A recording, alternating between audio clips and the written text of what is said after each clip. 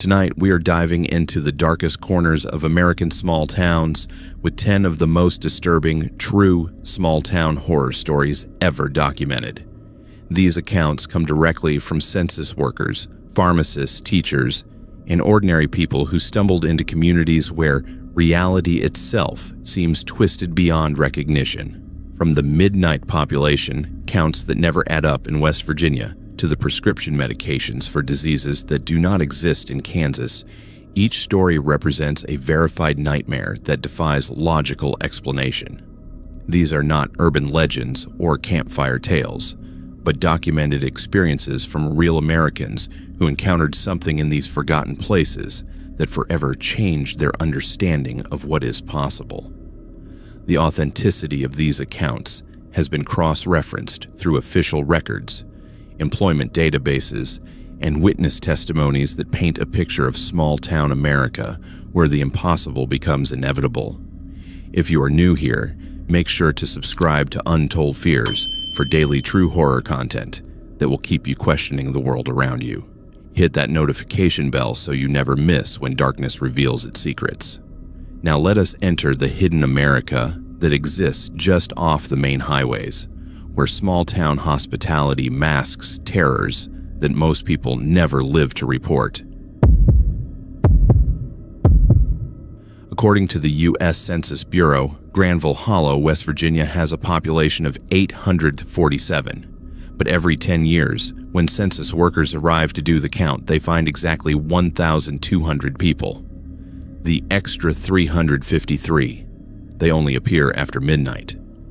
Marcus Webb had been conducting census counts for the federal government for 12 years when he received his assignment for Granville Hollow in March of 2020.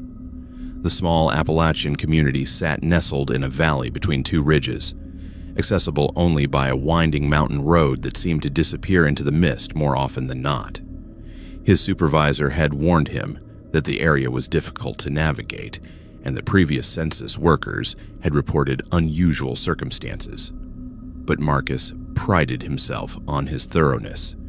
He had never failed to complete an accurate count, and he was not about to start now. The drive from Charleston took nearly 4 hours, most of it along increasingly narrow roads that cut through dense forest and over creeks that had no names on any map Marcus could find. When he finally reached Granville Hollow, the sun was already beginning to set behind the western ridge, casting long shadows across the valley floor. The town itself was smaller than he had expected, consisting of perhaps 50 houses scattered along both sides of a single main road. A general store with a hand-painted sign served as the apparent center of commerce, and a white clapboard church with a tall steeple stood at the far end of town like a sentinel watching over the community. Marcus parked his government-issued sedan in front of the general store and stepped out, stretching his legs after the long drive. The air was crisp and clean, with the earthy smell of recent rain and decomposing leaves. A few residents moved about their evening routines, closing shop windows and heading home for dinner. They nodded politely when they saw him, but there was something reserved about their acknowledgments, as though they were sizing him up for purposes he could not understand. The proprietor of the general store, a weathered man in his 60s named Henry Caldwell, greeted Marcus with cautious friendliness when he entered to introduce himself. The store was cramped but well-stocked, with shelves lined with canned goods, hunting supplies, and basic necessities. A pot-bellied stove in the corner radiated warmth, and several older men sat around it in mismatched chairs, playing checkers and nursing cups of coffee that had clearly been brewing for hours. "Census man, are you?" Henry asked, wiping his hands on a well-worn apron. "Been expecting you for weeks now. Heard, through the grapevine, that someone would be coming around eventually." Marcus nodded and pulled out his identification. "Marcus Webb, U.S. Census Bureau. I will be conducting the official count for Granville Hollow over the next few days. I understand the population is listed as 847 residents." Henry exchanged a quick glance with the men around the stove, and Marcus caught something he could not quite interpret in that look. "That sounds about right," Henry said carefully. Most folks live up the holler a ways, scattered through the hills. Takes some walking to get to all of them." "I appreciate that," Marcus replied. "I have been doing this for 12 years, so I am used to difficult terrain. Is there a motel or boarding house where I can stay while I conduct the count?" One of the men around the stove, a thin fellow with a gray beard and penetrating blue eyes, spoke up without looking away from the checkerboard. "Widow Morrison rents out a room above the old pharmacy building. Clean beds, decent cooking. Just tell her that Ezra sent you." Marcus thanked them and made his way to the pharmacy building, which turned out to be a narrow 2-story structure wedged between a hardware store and what appeared to be an abandoned barber shop. The pharmacy itself had been closed for years, judging by the dusty windows and faded signs, but a side door led to a staircase that climbed to the second floor. Mrs. Morrison was a pleasant woman in her 70s who seemed delighted to have a visitor. She showed him to a small but comfortable room with a view of the main street and the church beyond. "You will find the folks here friendly enough," she said as she handed him a key. "Just remember that we keep early hours. Most everyone is in bed by 9 o'clock, especially this time of year." Marcus spent his first evening reviewing his maps and planning his route through the community. According to his files, Granville Hollow had been established in the 1880s as a logging town, though the timber industry had long since moved on. The population had remained relatively stable for decades, hovering between 800 and 900 residents according to previous census counts. What struck him as odd was the consistency of that number. Most small rural communities experienced some fluctuation over the decades as young people moved away and older residents passed on, but Granville Hollow seemed to maintain an almost supernatural stability. He began his official count the next morning, working systematically through the houses along the main road before venturing into the network of gravel lanes and dirt paths that led deeper into the hollow. The residents he encountered were cooperative but reserved, answering his questions with precise brevity and offering little in the way of casual conversation. By the end of his first full day, he had counted 127 people living in 43 households, all of whom had been born and raised in the area. The second day took him farther up the hollow, where the houses became increasingly sparse and the terrain more challenging. Many of the residents here were elderly, living alone in cabins that had been in their families for generations. They treated Marcus with the same polite distance he had encountered in town, but he began to notice something else in their manner. When he asked about neighbors or other families living nearby, their directions were always precise and their counts always exact. No one ever said, "I think," or "maybe," or "around 10 people." They always knew exactly how many people lived in each household, and they always knew exactly where to find them. By the evening of his third day, Marcus had counted 847 residents, matching the official population figure exactly. He was satisfied with his work and planned to spend one more day double-checking his numbers before filing his final report. He had dinner at the general store, where Henry Caldwell served him a plate of pot roast and vegetables, while the same group of older men maintained their eternal checker game around the stove. "Finished up your counting?" Henry asked as he refilled Marcus's coffee cup. "Just about," Marcus replied. 847, just like the records show. Very consistent community you have here. Again, he caught that look passing between Henry and the other men. This time, Ezra spoke directly to him. "You might want to take another walk tonight," the old man said, still studying the checkerboard. "Sometimes folks come out in the evening that you might not see during the day." Marcus considered this advice as he walked back to his room above the old pharmacy. It was possible that he had missed some residents who worked night shifts or kept unusual hours. Thoroughness was his professional obligation, and he prided himself on never leaving a stone unturned. After resting for a few hours, he decided to take Ezra's suggestion and conduct an evening count to ensure he had not missed anyone. He set out at 10 o'clock carrying a flashlight and his clipboard, retracing the routes he had taken during his daytime surveys. The night was clear and cold, with a nearly full moon, providing adequate visibility along the main road. Most of the houses he had visited during the day showed lights in their windows, and he could see families settling in for the evening.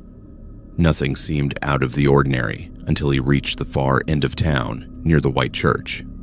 There, along a dirt lane that he was certain he had explored thoroughly during the day, stood a house that he did not remember seeing before.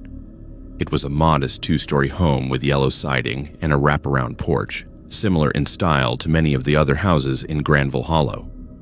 Warm light glowed from the windows, and smoke rose from the chimney. A mailbox at the end of the driveway bore the name Patterson. Marcus approached the front door, puzzled by his apparent oversight. He prided himself on his attention to detail, and it seemed impossible that he could have missed an entire household during his systematic survey. When he knocked, the door was answered by a middle-aged woman with graying hair and kind eyes. "Good evening," Marcus said, showing his identification. "I am Marcus Webb from the U.S. Census Bureau. I am conducting the official count for Granville Hollow, and I believe I may have missed your household during my daytime survey. Would you mind answering a few questions?" The woman, who introduced herself as Margaret Patterson, seemed entirely unsurprised by his visit. She invited him inside, where he met her husband Robert and their teenage son Daniel. They answered his questions with the same precise courtesy he had encountered throughout the community, providing exact birth dates, occupation information, and length of residence. According to Margaret, they had lived in the house for 15 years, and before that had resided with Robert's parents in a cabin farther up the hollow. As Marcus completed his interview and prepared to leave, Daniel Patterson walked him to the door. The boy appeared to be about 17 with the lean build and weathered hands of someone accustomed to outdoor work. "Mr. Webb," Daniel said quietly, glancing back toward the house to ensure his parents were not listening, "you should probably keep walking tonight. There are more of us out here than you found during the day." Marcus thanked him and continued his evening survey. Over the next 3 hours, he encountered 353 additional residents living in houses that he was absolutely certain he had not seen during his daytime counts. Each household was fully established, with mailboxes, utility connections, and all the normal indicators of permanent residence. The residents he met were cooperative and seemingly normal, though they all shared the same matter-of-fact attitude about his nighttime visit, as though census workers routinely conducted surveys at midnight.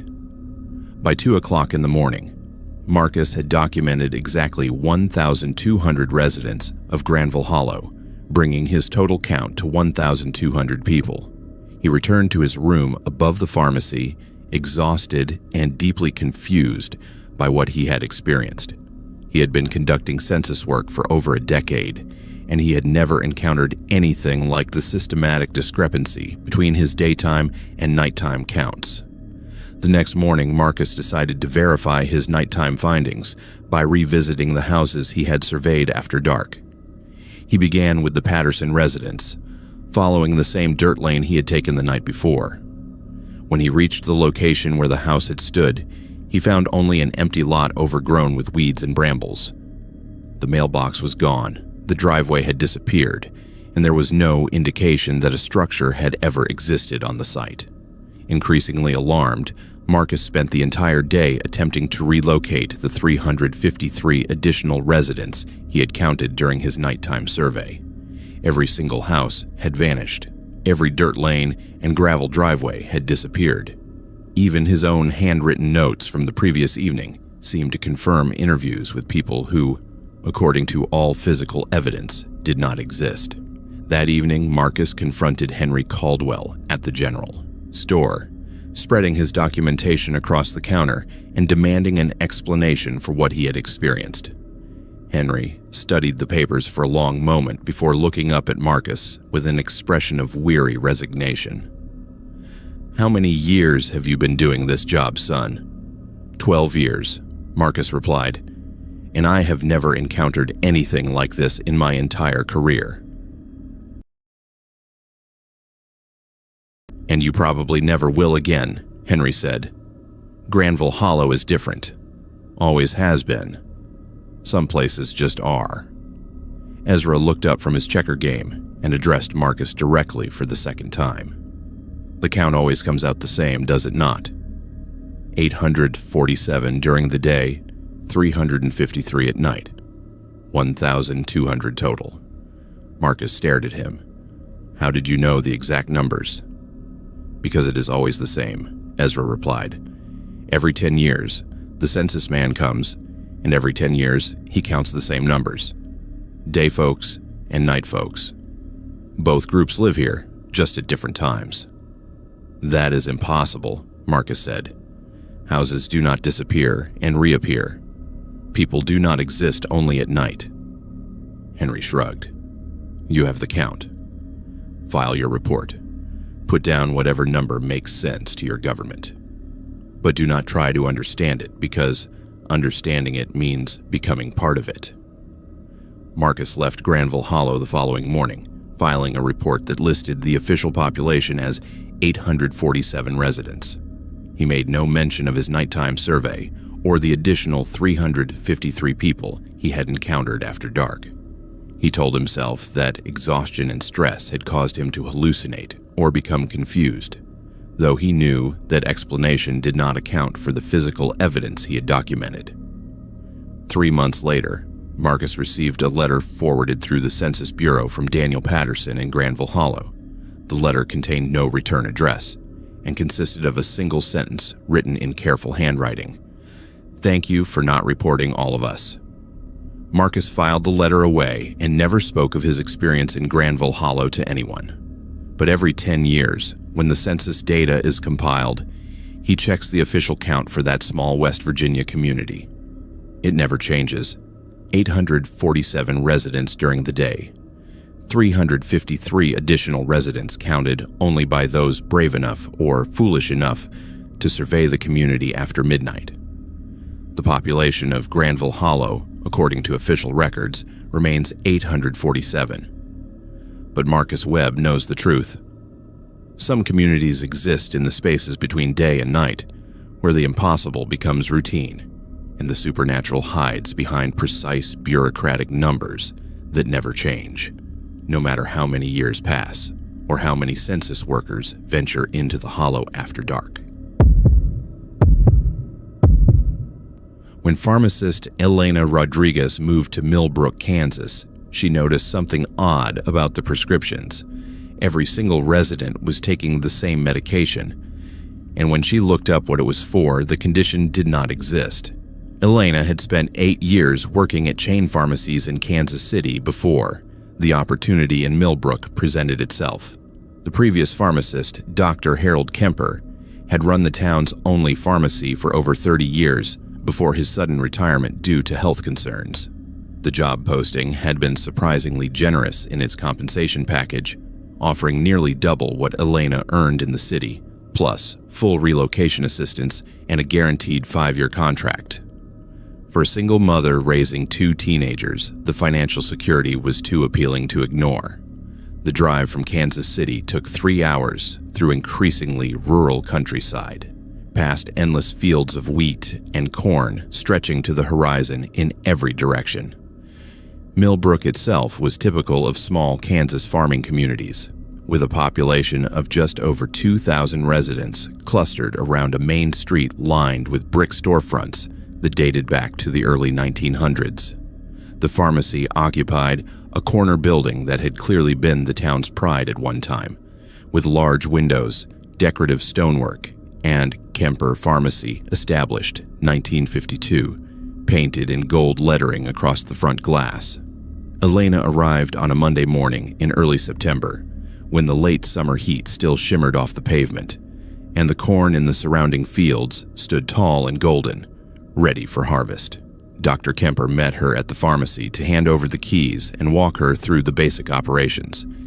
He was a thin, nervous man in his 70s with trembling hands and eyes that seemed to avoid direct contact. Simple operation, he said, as he led her through the cramped aisles lined with over-the-counter medications and medical supplies. Nothing complicated. Most prescriptions come from Dr. Morrison at the medical clinic down the street. He has been treating folks here for 20 years, knows what everyone needs. The pharmacy's computer system was outdated but functional, and the inventory was well organized according to a system that Dr. Kemper had obviously perfected over decades of practice. What struck Elena immediately was the unusual uniformity of the medication stock. Most of the shelf space was devoted to a single prescription medication called cognizine, stored in industrial-sized bottles that suggested massive consumption. "We go through quite a bit of that one," Dr. Kemper explained when he noticed her examining the cognizine inventory. "Most common prescription in town. Dr. Morrison writes it for just about everyone." Elena nodded, though she was not familiar with cognizine from her years of pharmacy experience. She made a mental note to research the medication once she had settled into her new routine. Dr. Kemper completed his walk-through quickly, as though eager to leave, and handed her a thick binder containing customer records and prescription histories. "Everything you need is in there," he said, already moving toward the door. "Dr. Morrison will be by later to introduce himself. Good luck, Miss Rodriguez." Elena spent her first day familiarizing herself with the pharmacy's operations and reviewing customer files. What became immediately apparent was Dr. Kemper's observation about the uniformity of prescriptions.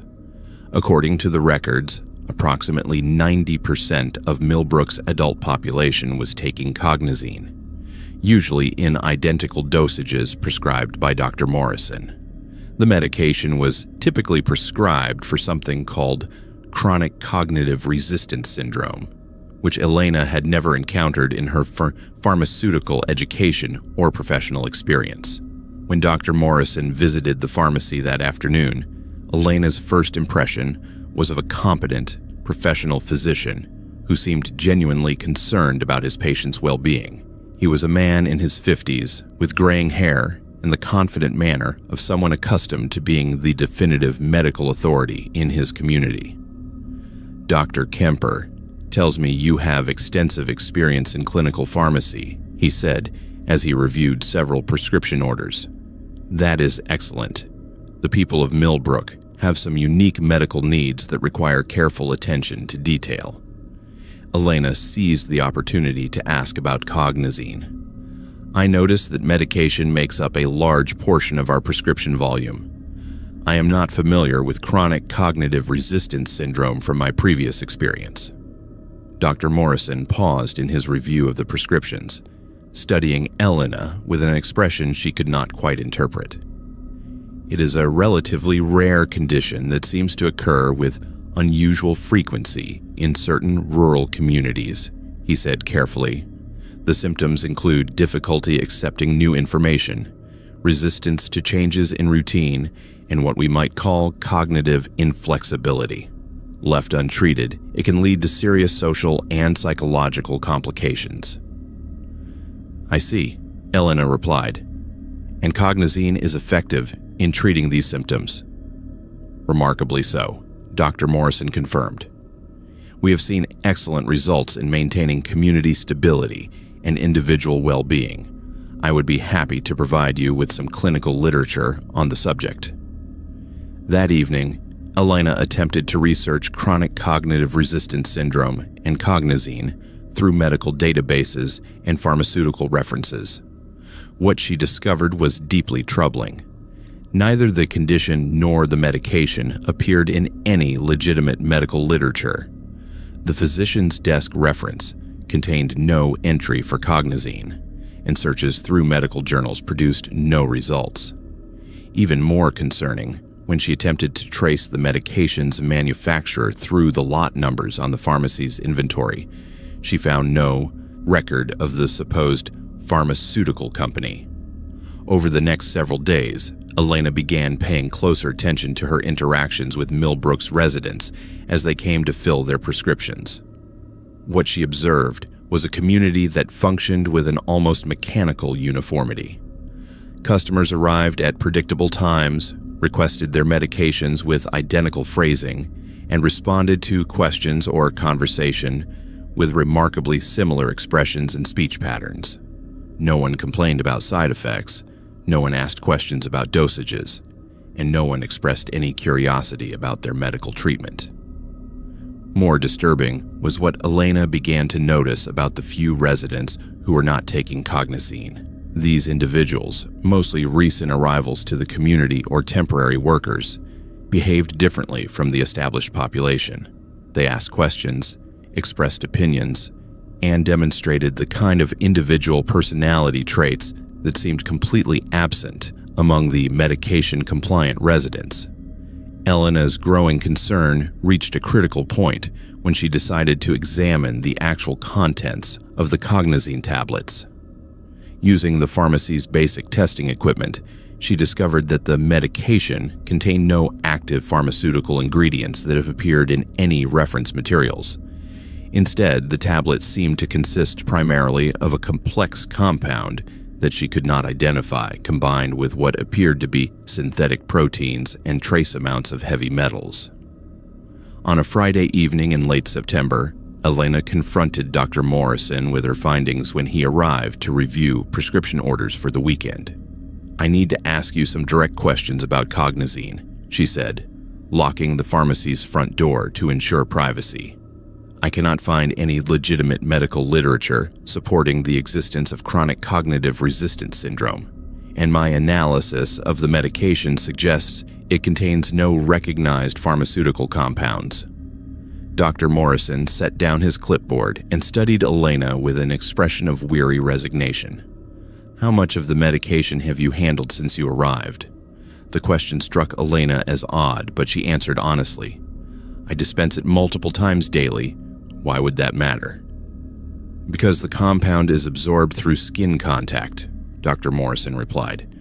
"You have been exposed to it for 3 weeks now, though apparently not enough to achieve full therapeutic levels." Elena felt a chill of fear run through her. "What exactly are you telling me?" Dr. Morrison walked to the pharmacy counter and leaned against it, suddenly looking much older than his years. "Millbrook has been part of a controlled social experiment for the past 20 years. The medication you know as cognizine is designed to reduce individual cognitive resistance to group consensus. It makes people more compliant, more accepting of authority, and less likely to question established social structures." "That is impossible," Elena said, though even as she spoke, she realized that it explained everything she had observed about the community's behavior patterns. "Is it?" Dr. Morrison asked. "Look around you. Look at how smoothly this community functions. No crime, no social unrest, no political divisions. Everyone works together, everyone accepts their role, and everyone contributes to the common good. It is what every government dreams of achieving." Elena backed away from the counter, her mind racing. "You're drugging an entire community without their knowledge or consent." "They consented when they chose to live here and accept medical treatment," Dr. Morrison replied, "and the results speak for themselves. This is the most stable, productive, and harmonious community in the state of Kansas." "What happens to people who refuse the medication?" Dr. Morrison's expression darkened. "There have been very few who have tried. Most find that life becomes quite difficult when they cannot integrate with the social structure. They usually choose to relocate." Elena realized with growing horror that her own situation was becoming precarious. "And if I refuse to continue dispensing this medication?" "That would be unfortunate, Doctor," Morrison said quietly. "For you and for the community." Dr. Kemper was beginning to ask similar questions before he retired. His health problems became quite severe once he stopped handling the medication regularly. Elena understood the implicit threat. Her exposure to the compound through routine handling had apparently provided some level of protection, but withdrawing that exposure could result in serious health consequences. More importantly, She was now part of a system that had been operating successfully for decades, and her continued cooperation was not really optional. That night, Elena sat in her small apartment above the pharmacy, staring out at the quiet streets of Millbrook. The community was exactly as Dr. Morrison had described it: peaceful, orderly, and harmonious. Children played safely in the streets, neighbors helped each other with routine tasks, and everyone seemed genuinely content with their lives. There was no violence, no addiction, no social problems that plagued other communities, but there was also no real choice, no individual expression, and no authentic human diversity. The residents of Millbrook had traded their cognitive freedom for social stability, and most of them did not even realize what they had lost. Elena made her decision over the weekend. On Monday morning, she began systematically documenting everything she had learned about the Cognizine program, preparing detailed records that could be used as evidence if the opportunity ever arose to expose the experiment. She continued dispensing the medication, maintaining her cover, while secretly working to understand the full scope of the operation. What she discovered over the following months was that Millbrook was not unique. Similar programs were operating in small communities across several states, all coordinated through a network of government contractors and complicit medical professionals. The goal was to develop techniques for large-scale social control that could eventually be implemented in urban areas during times of civil unrest or political instability. Elena Rodriguez continues to work as the pharmacist in Millbrook, Kansas, dispensing Cognizine to a population that remains blissfully unaware of their chemical dependency. She has learned to handle the medication with gloves and protective equipment, minimizing her own exposure while maintaining the appearance of compliance. Her documentation of the program grows more comprehensive each month, and she waits for the right moment to reveal the truth about America's most successful social experiment. Every prescription she fills represents another day of lost freedom for the residents of Millbrook, but also another piece of evidence in what may someday become the most important whistleblower case in American history. Until then, she remains the keeper of a terrible secret, watching over a community that has chosen chemical peace over cognitive liberty, one prescription at a time. The Whitman family drove 12 hours to Cedar Falls, Oregon for their daughter's college interview. They arrived on a Tuesday. The problem? Every single person in town insisted it was Saturday, and they had been expected for the school board meeting. Robert Whitman had been planning this trip for months.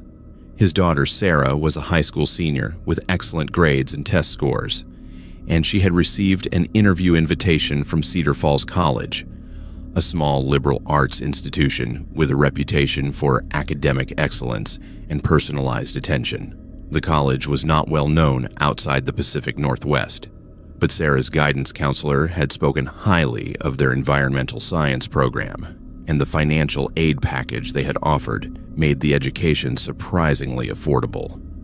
The drive from Denver had taken them through some of the most beautiful countryside Robert had ever seen, winding through mountain passes and dense forests before descending into the valleys of western Oregon. Sarah sat in the passenger seat reviewing her interview notes and application materials, while Robert's wife, Margaret, dozed in the back seat after taking the overnight driving shift through Utah and Idaho. They had planned to arrive in Cedar Falls by early afternoon, giving Sarah time to tour the campus and prepare for her interview the following morning. Cedar Falls was smaller than they had expected, tucked into a valley between forested hills and bisected by a creek that gave the town its name. The main street featured a collection of well-maintained buildings that appeared to date from the early 1900s, with the college campus visible on a rise overlooking the downtown area.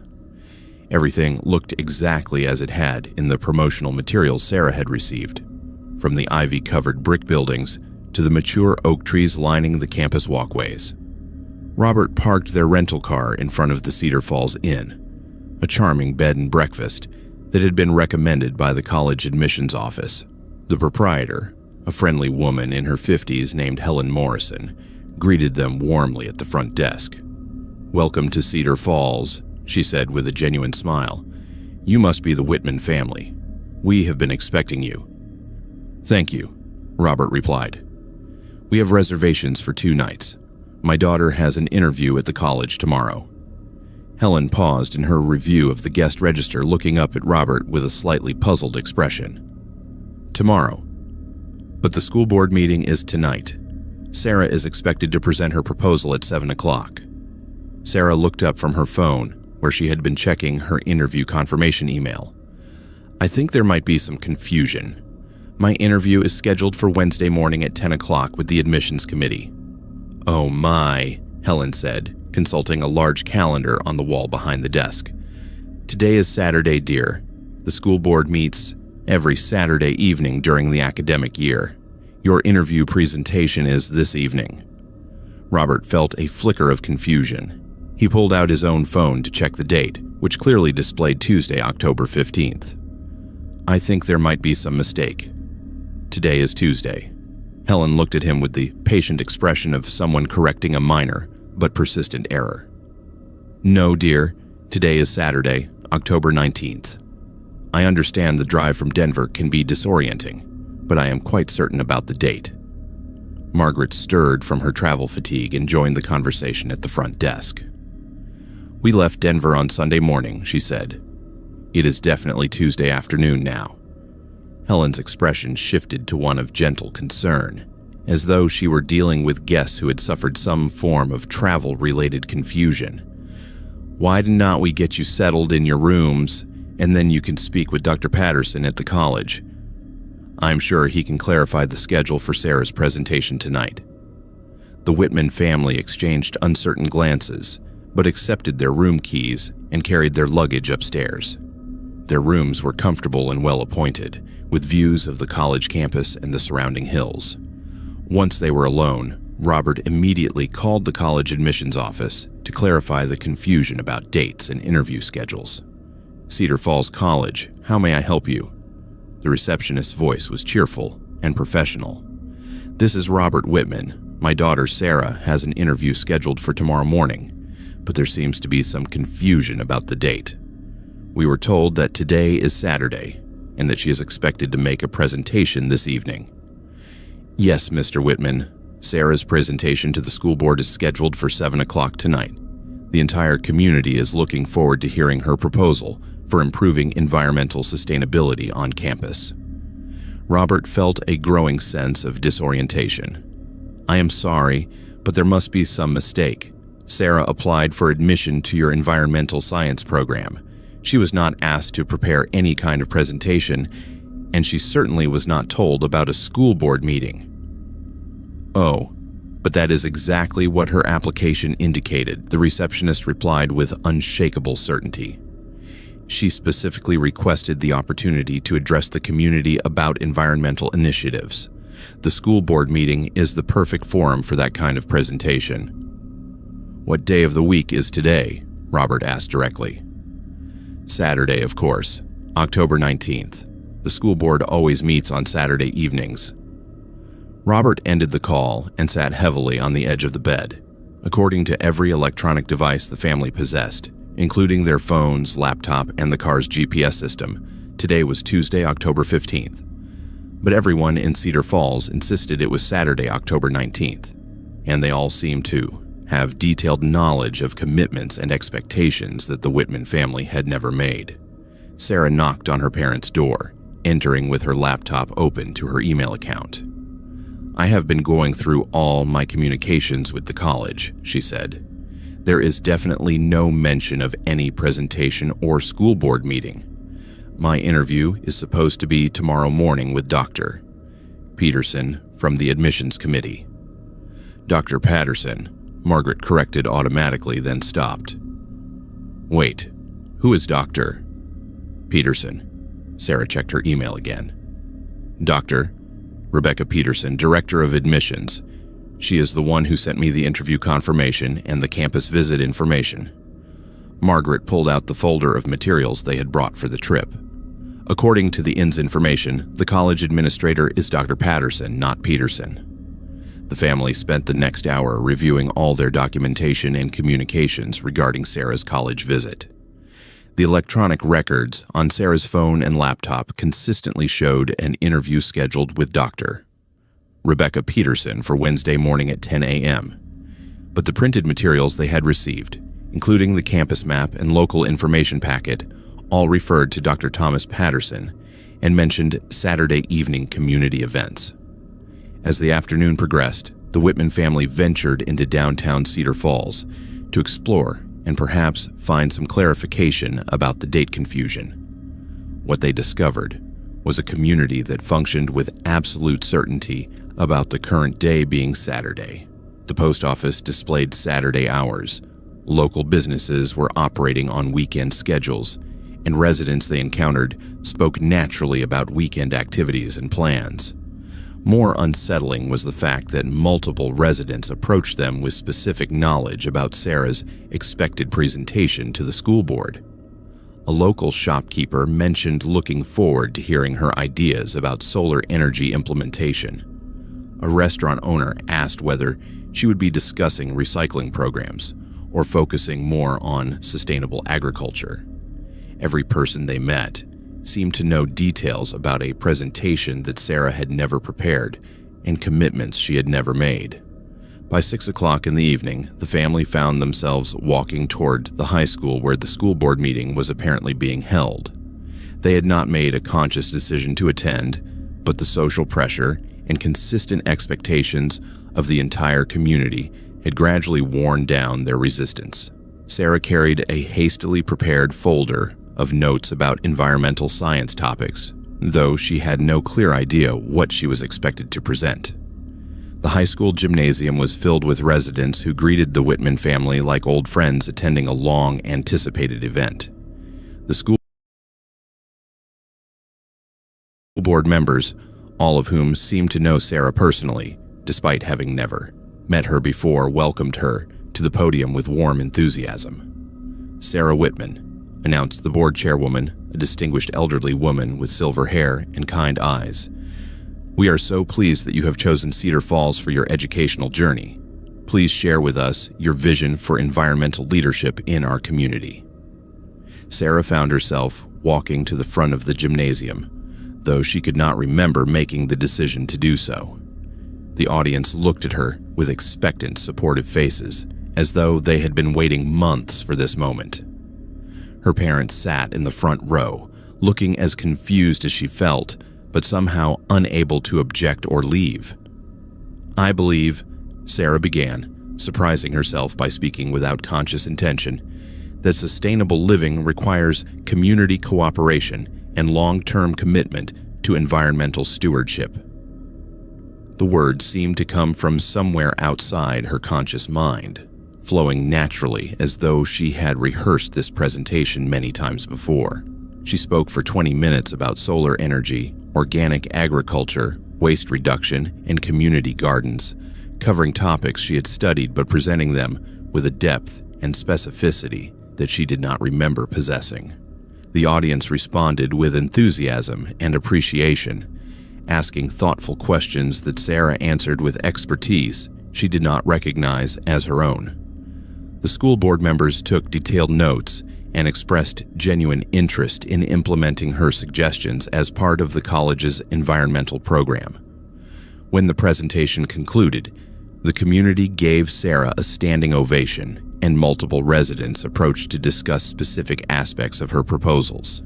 Dr. Patterson, who had apparently been in the audience throughout the meeting, congratulated her on an excellent presentation and confirmed her acceptance into the college's environmental science program.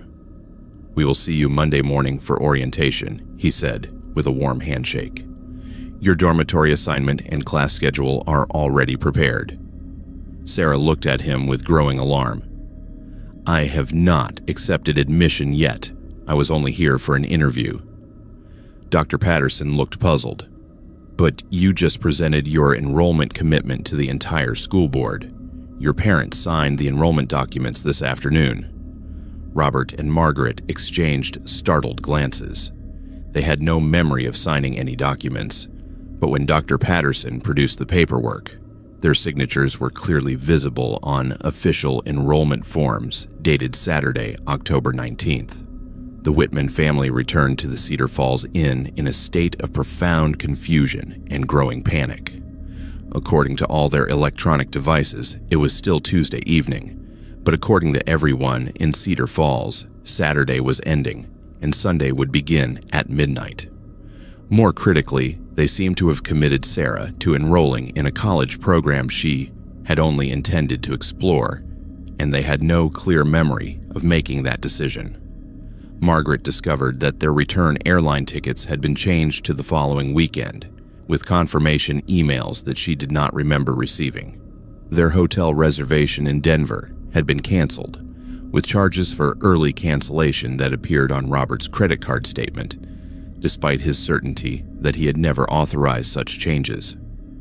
Over the next several days, which the family experienced as Wednesday through Friday, but which the residents of Cedar Falls consistently identified as Sunday through Tuesday, the Whitmans found themselves increasingly integrated into the community's expectations and schedules. Sarah attended orientation sessions and campus activities that she had not registered for, but which everyone expected her to participate in. Robert and Margaret were enrolled in parent activities and community service projects that they could not remember agreeing to join. Most disturbing was their gradual realization that their own memories and perceptions were becoming less reliable. Electronic evidence of their original plans and timeline began to contradict their lived experience. Phone calls to friends and family back in Denver confirmed that they had been gone for exactly the length of time that Cedar Falls residents claimed, not the shorter period they remembered. By the end of the week, the Whitman family had accepted that Sarah would be enrolling at Cedar Falls College, though none of them could clearly explain how that decision had been made. Their return trip to Denver felt surreal, as though they were leaving a place that had somehow expanded to contain more time than should have been possible.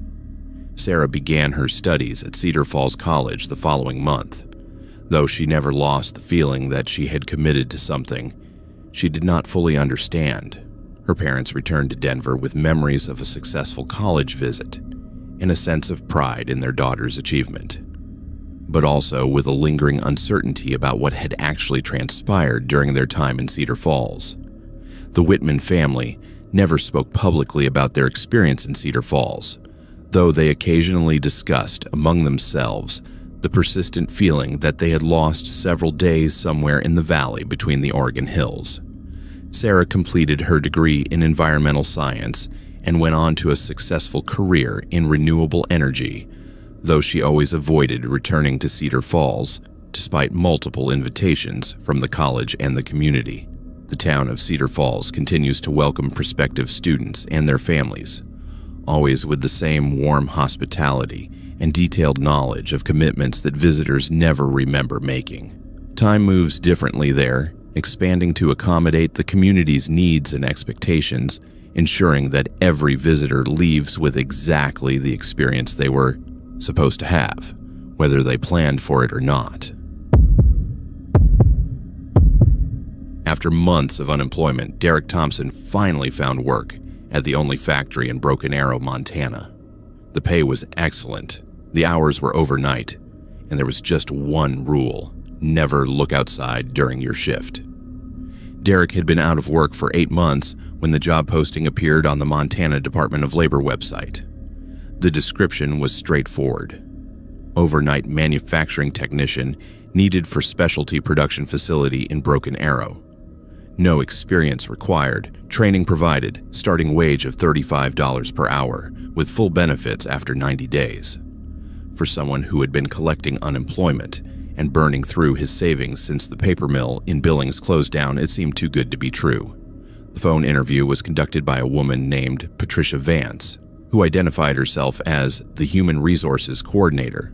Her questions were standard: availability for overnight shifts, willingness to relocate, ability to follow detailed procedures without supervision. When Derek asked about the nature of the manufacturing operations, Patricia's response was vague but reassuring. "We produce specialized components for government contracts," she explained.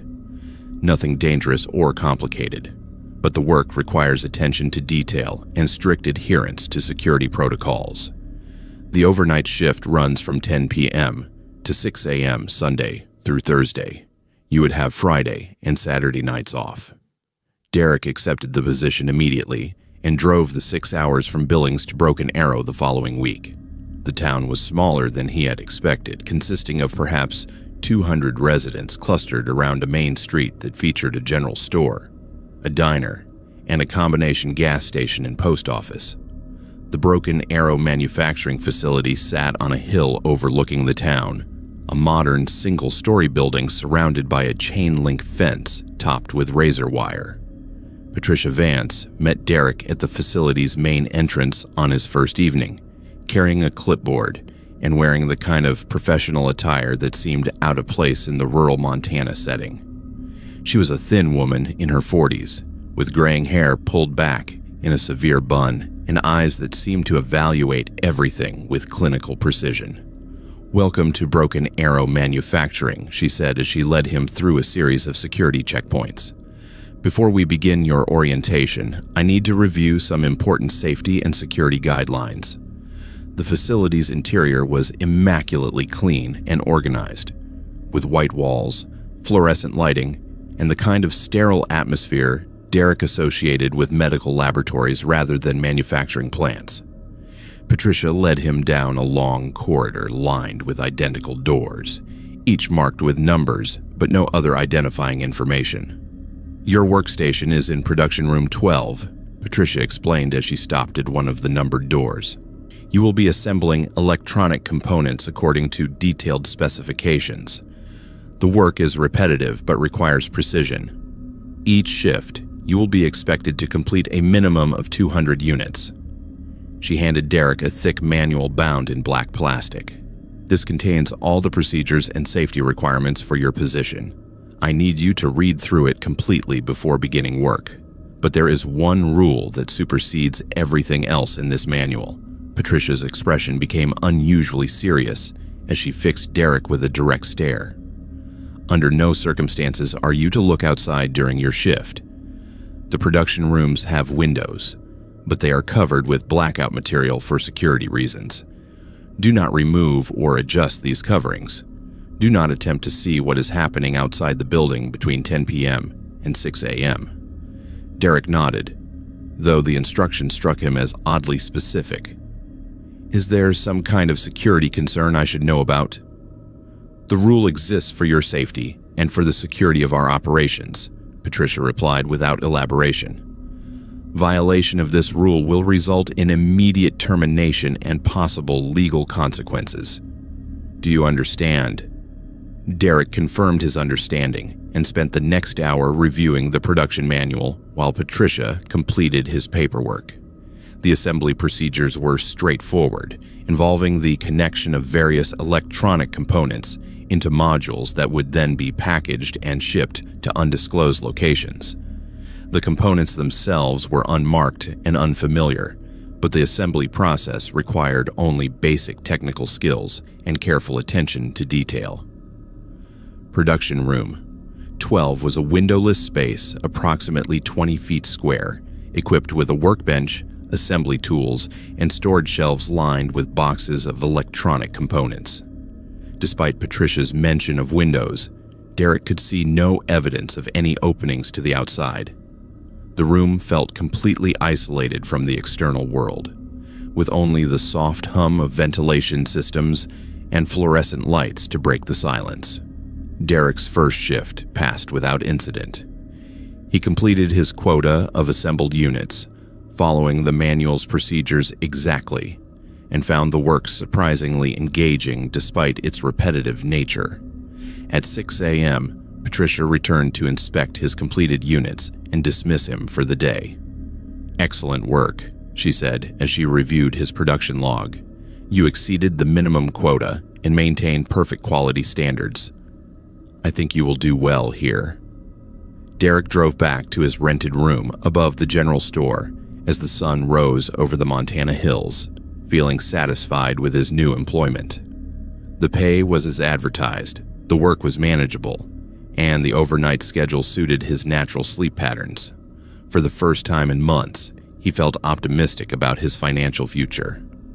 Over the next several weeks, Derek settled into a comfortable routine. He would arrive at the facility each evening at 9:30, spend 30 minutes reviewing the night's production requirements, and work steadily until 6 a.m. The electronic components he assembled varied slightly from night to night, but the basic procedures remained consistent. Patricia checked on him once during each shift, always professional, but increasingly friendly as his performance proved reliable. It was during his 4th week of employment that Derek first noticed the sounds. Around midnight, as he worked at his assembly bench, he became aware of low rumbling noises that seemed to come from outside the building. The sounds were rhythmic and mechanical, like heavy machinery operating in the distance. But they did not correspond to any industrial activity Derek could identify. As the nights passed, the sounds became more distinct and more frequent. Sometimes Derek heard what sounded like large vehicles moving across the facility's parking lot. Other nights, he detected metallic scraping noises and the distant hum of electrical equipment. Most disturbing were the occasional sounds that resembled human voices, though he could never make out specific words, or determine whether they were coming from inside or outside the building. Derek's curiosity about these nighttime activities grew stronger each evening, but he remembered Patricia's strict warning about looking outside during his shift. He focused on his assembly work and tried to ignore the sounds, but his concentration was increasingly affected by his growing desire to understand what was happening around the facility at night. The breaking point came during his 6th week of employment, when Derek heard sounds that were unmistakably human screaming. The noise lasted for several minutes, rising and falling in intensity before being abruptly cut off by what sounded like heavy machinery starting up. Derek sat frozen at his workbench, electronic components scattered in front of him, listening to sounds that seemed to indicate someone was in serious distress just outside his workplace. Without conscious decision, Derek stood up and walked to the wall where he remembered Patricia mentioning windows.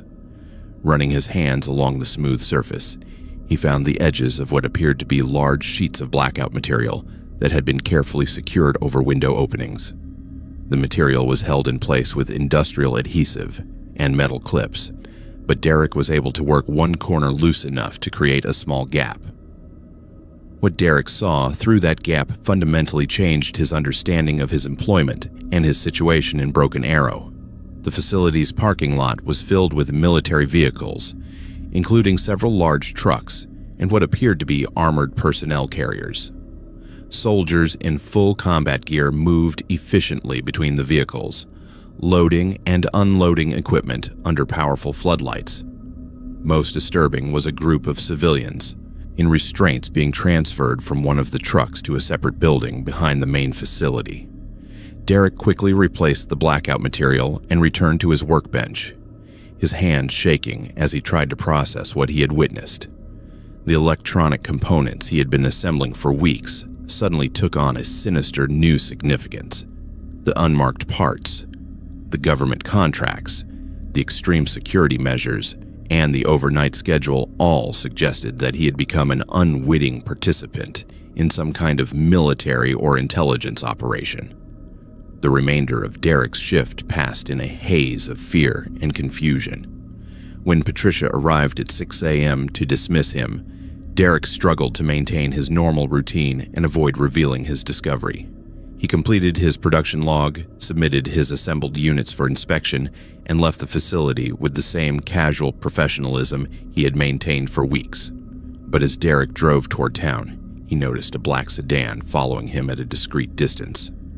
When he stopped at the general store to pick up supplies, the sedan parked across the street and remained there until Derek entered his rented room. Through his window, Derek could see 2 men in dark clothing sitting in the sedan, apparently maintaining surveillance on his movements. Over the next several days, Derek found himself under constant observation. The same black sedan followed him whenever he left his room, and he began noticing other individuals who seemed to be monitoring his activities around town. When he attempted to use the internet at the town's library, he discovered that his access to news websites and social media platforms had been blocked. Phone calls to friends and family in Billings went directly to voicemail, with no return calls despite multiple messages. Derek realized that his discovery of the nighttime military activities had not gone unnoticed by the facility's security personnel. He was trapped in Broken Arrow, unable to leave without raising suspicion and unable to communicate with the outside world to report what he had witnessed. His employment contract, which he now read more carefully, contained clauses about security violations and legal consequences that he had not fully understood when he signed it. On his next shift, Patricia Vance confronted Derek directly about his breach of the security protocols. "Mr. Thompson," she said as she entered production room 12 shortly after midnight, "we need to discuss your performance over the past week." Derek continued assembling electronic components, trying to maintain his composure.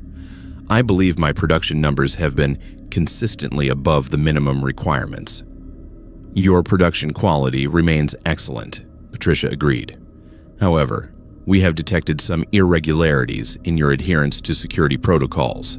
Specifically, there has been evidence of tampering with window coverings in this room."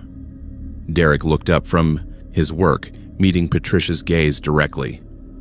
"I have followed all the procedures outlined in the manual." Patricia smiled, but the expression contained no warmth. "Mr. Thompson, I want you to understand something very clearly. The work you are doing here serves vital national security interests. The components you assemble are used in operations that protect American lives and defend our country against serious threats. The security measures we maintain, including the prohibition on observing external activities, exist to protect both the mission and the personnel involved." "I understand," Derek replied carefully. "I hope you do," Patricia continued, "because violations of security protocols in this facility are not treated as simple employment infractions. They are treated as potential threats to national security, with consequences that extend far beyond termination of employment." Derek nodded his understanding, though Patricia's implied threat was unmistakably clear. "However," Patricia added, her tone becoming slightly more conciliatory, "we recognize that curiosity is natural, especially for intelligent employees who take pride in their work. We are prepared to offer you additional compensation and benefits in recognition of your valuable contributions to our operations." She handed Derek an envelope containing what appeared to be a revised employment contract. This agreement includes a significant salary increase, housing allowance, and extended benefits package.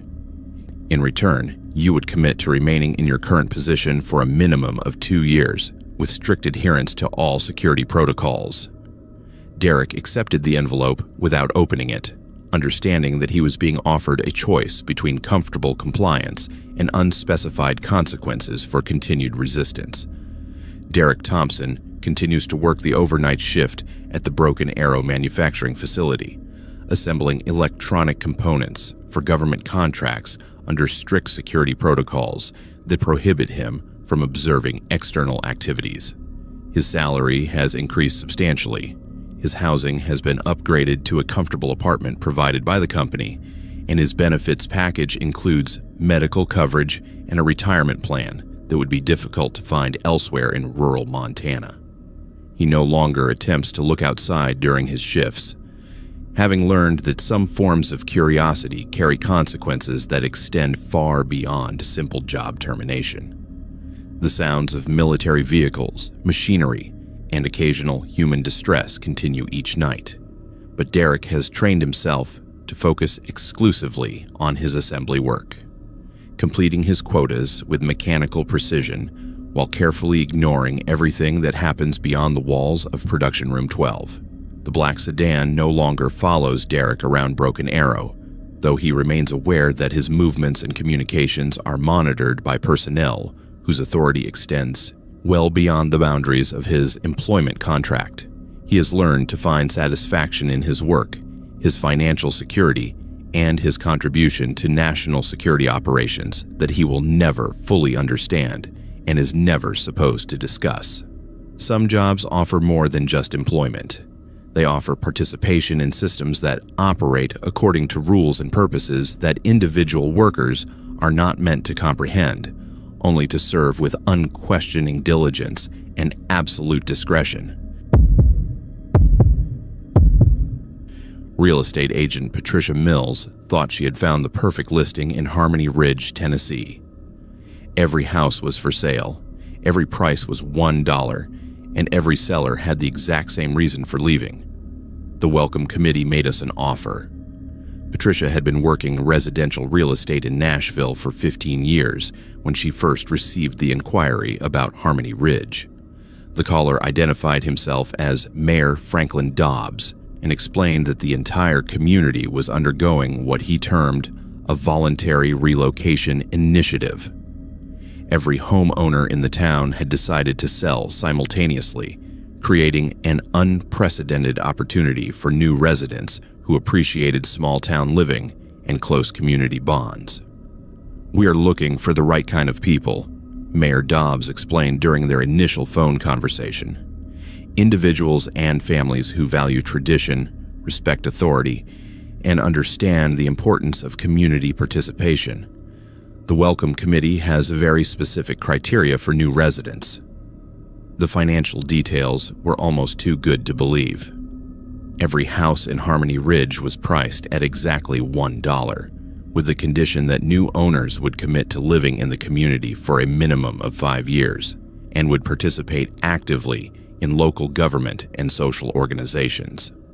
Property taxes were minimal, utilities were provided at cost, and the Welcome Committee offered relocation assistance, including moving expenses and job placement services.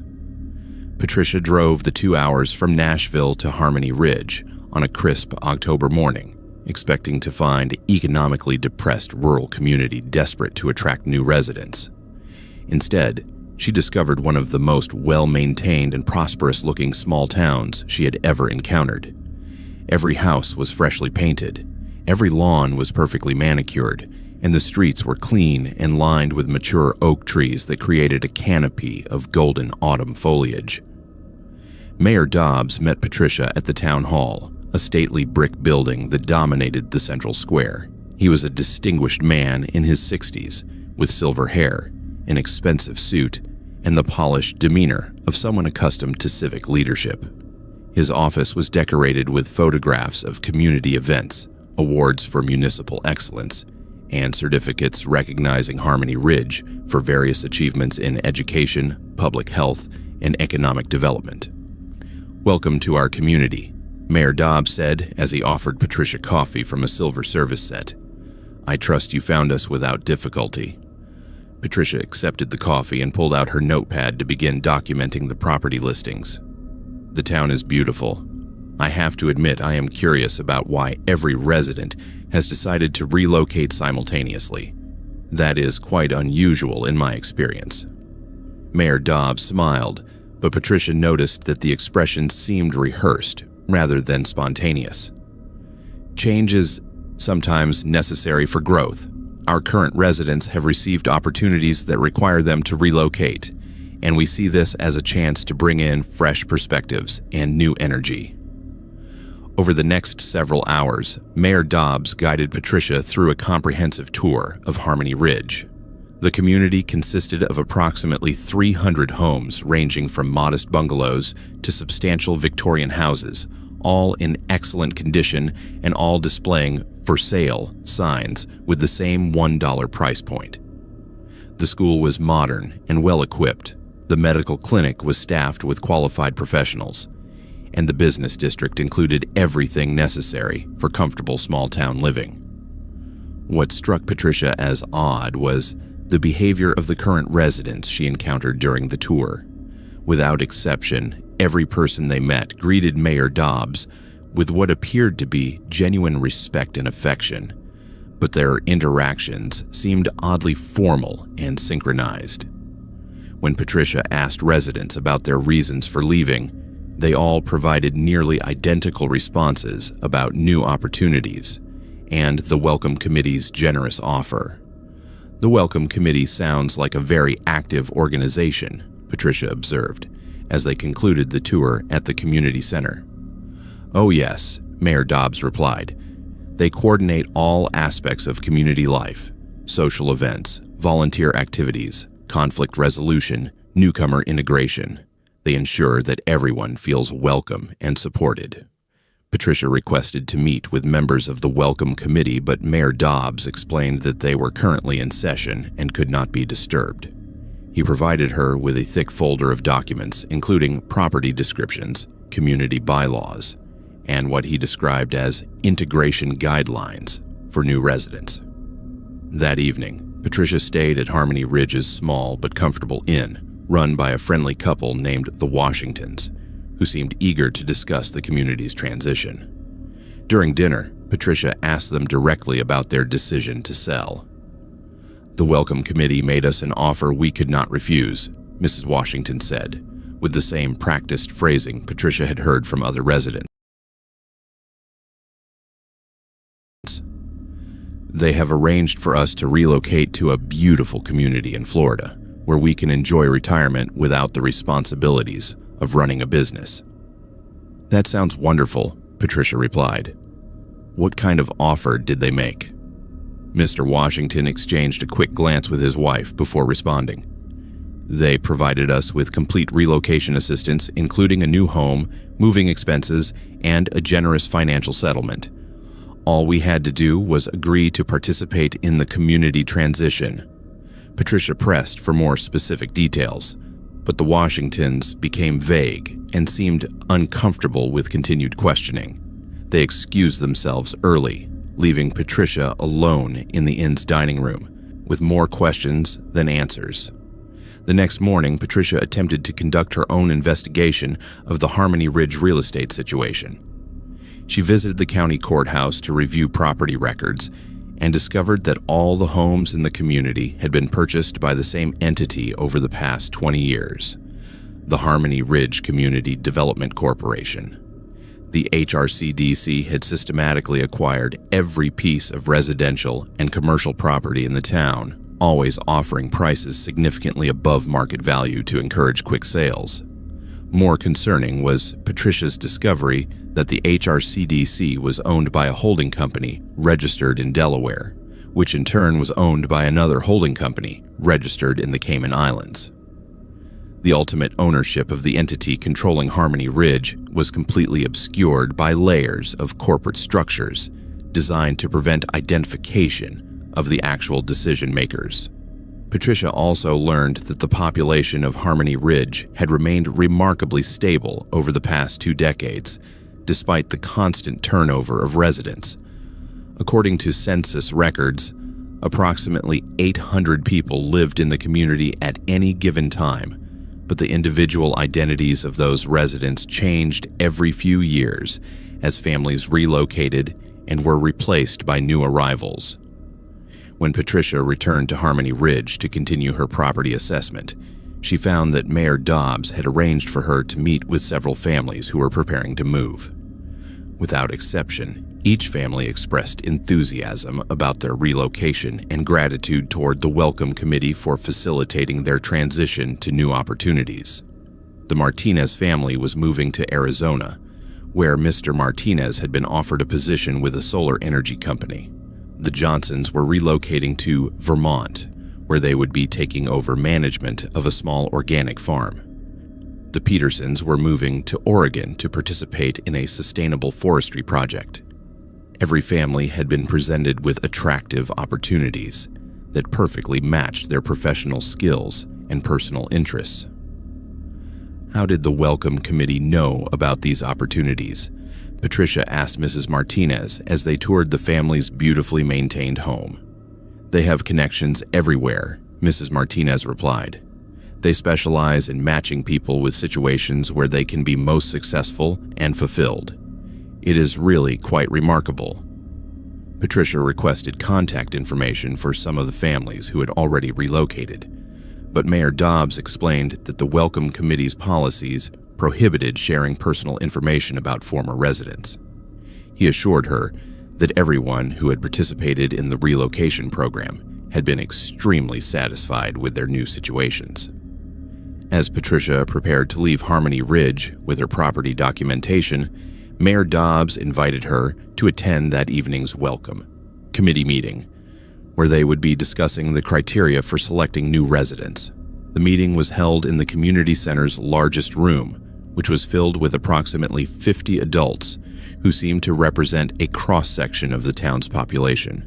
The welcome committee, Patricia learned, consisted of 7 individuals who served as rotating leaders for different aspects of community management. They were introduced only by their first names and their committee responsibilities. Robert handled financial planning, Susan managed social integration, Michael coordinated professional development, Jennifer oversaw educational services, David managed infrastructure maintenance, Lisa handled conflict resolution, and Catherine coordinated external relations. The meeting proceeded with remarkable efficiency and unanimous agreement on all topics.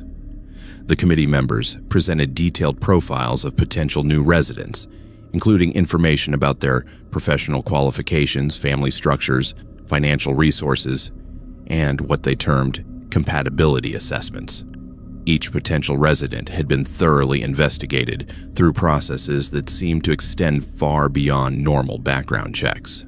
During the meeting, Patricia began to understand that the Welcome Committee's role extended far beyond simple community organization.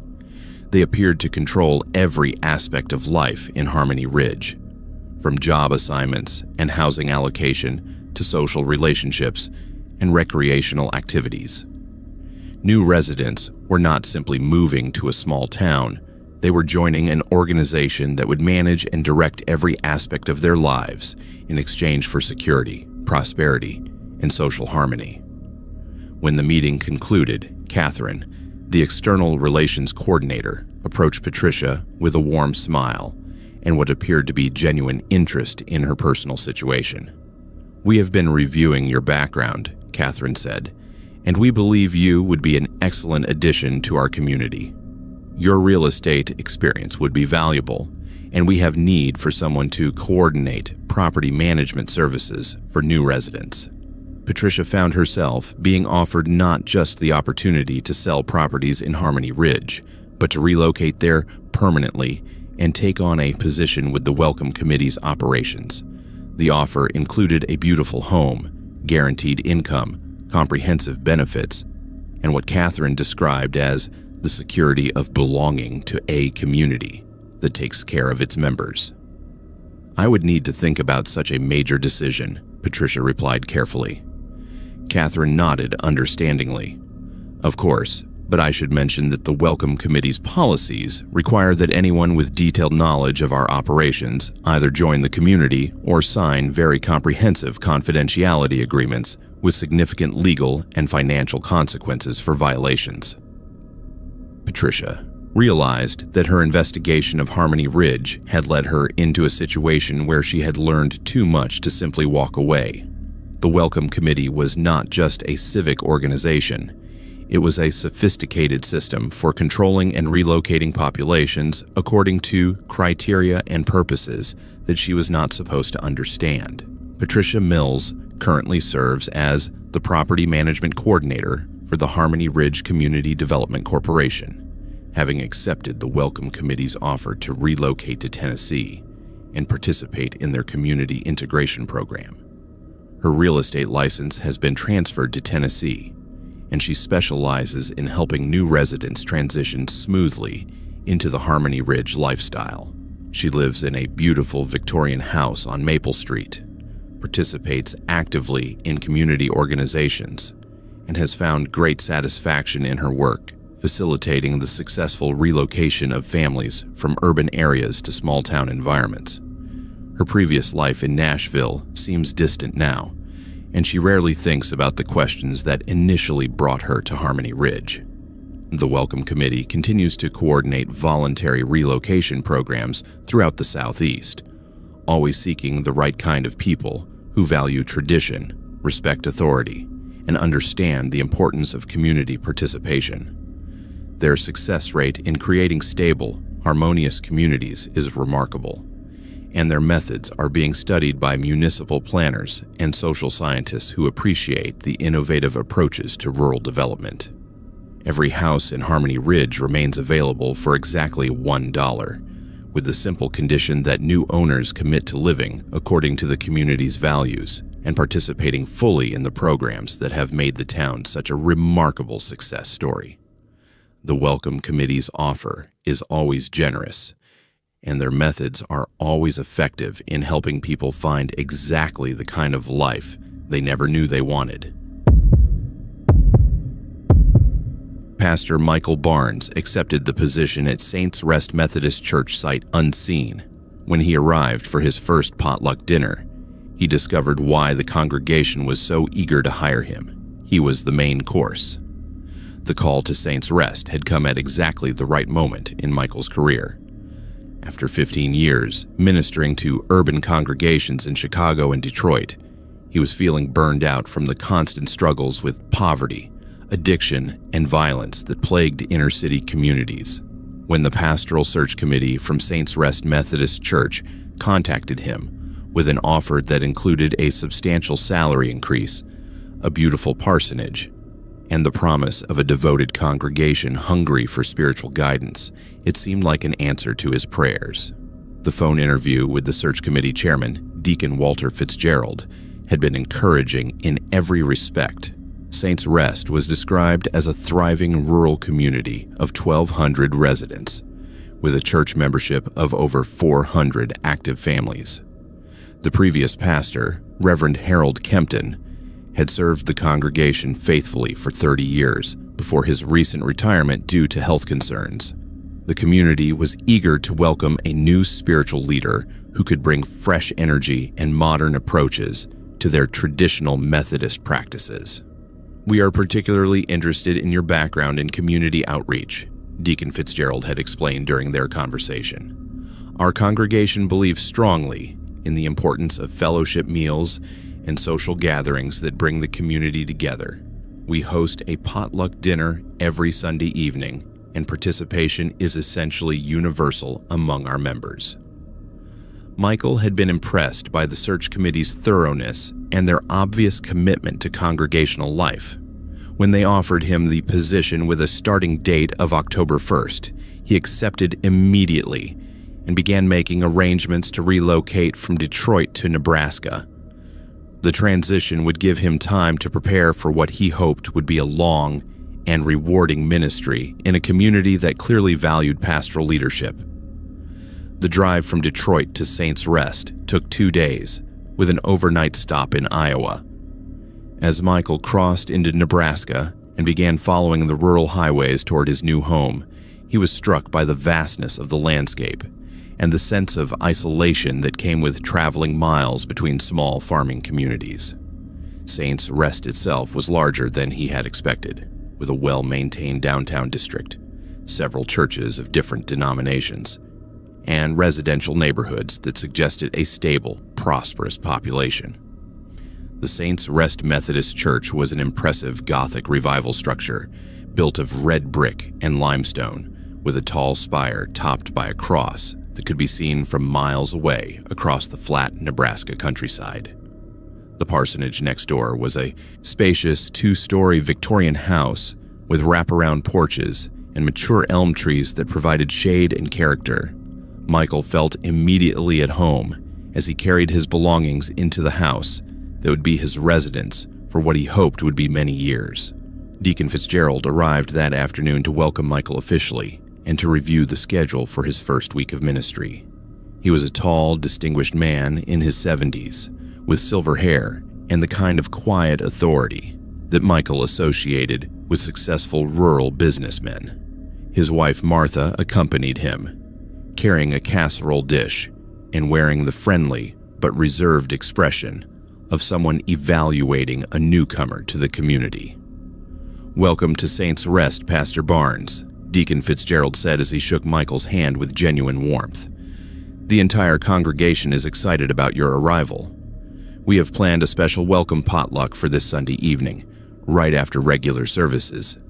It will be an excellent opportunity for you to meet everyone and begin building the relationships that are so important to effective ministry."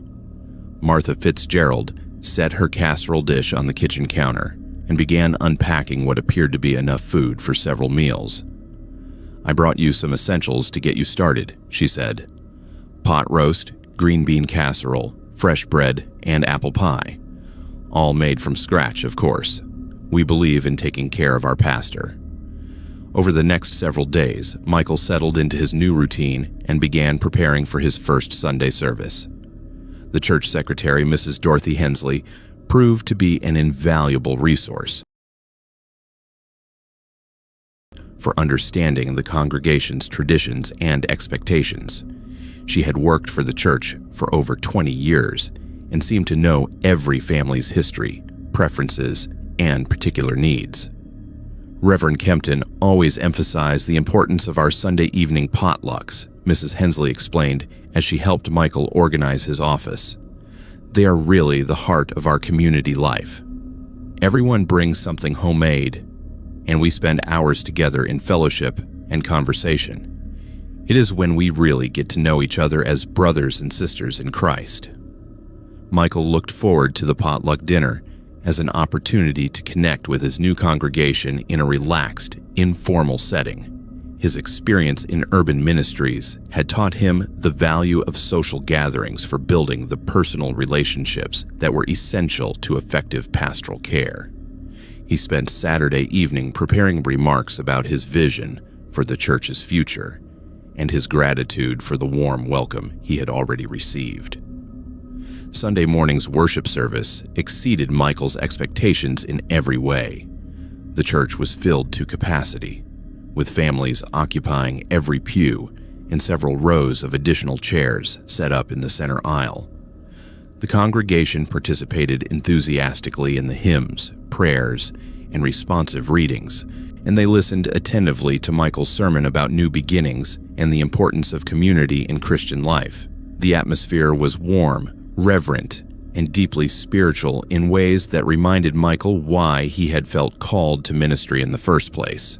After the service, dozens of congregation members approached Michael to introduce themselves and express their appreciation for his message.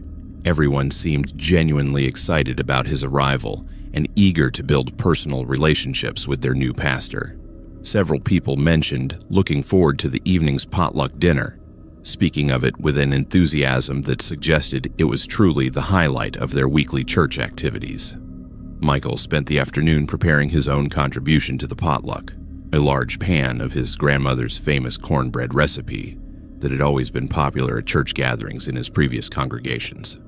As 5 o'clock approached, he made his way to the church's fellowship hall, expecting to find the usual collection of casserole dishes, salads, and desserts that characterized Methodist potluck dinners everywhere.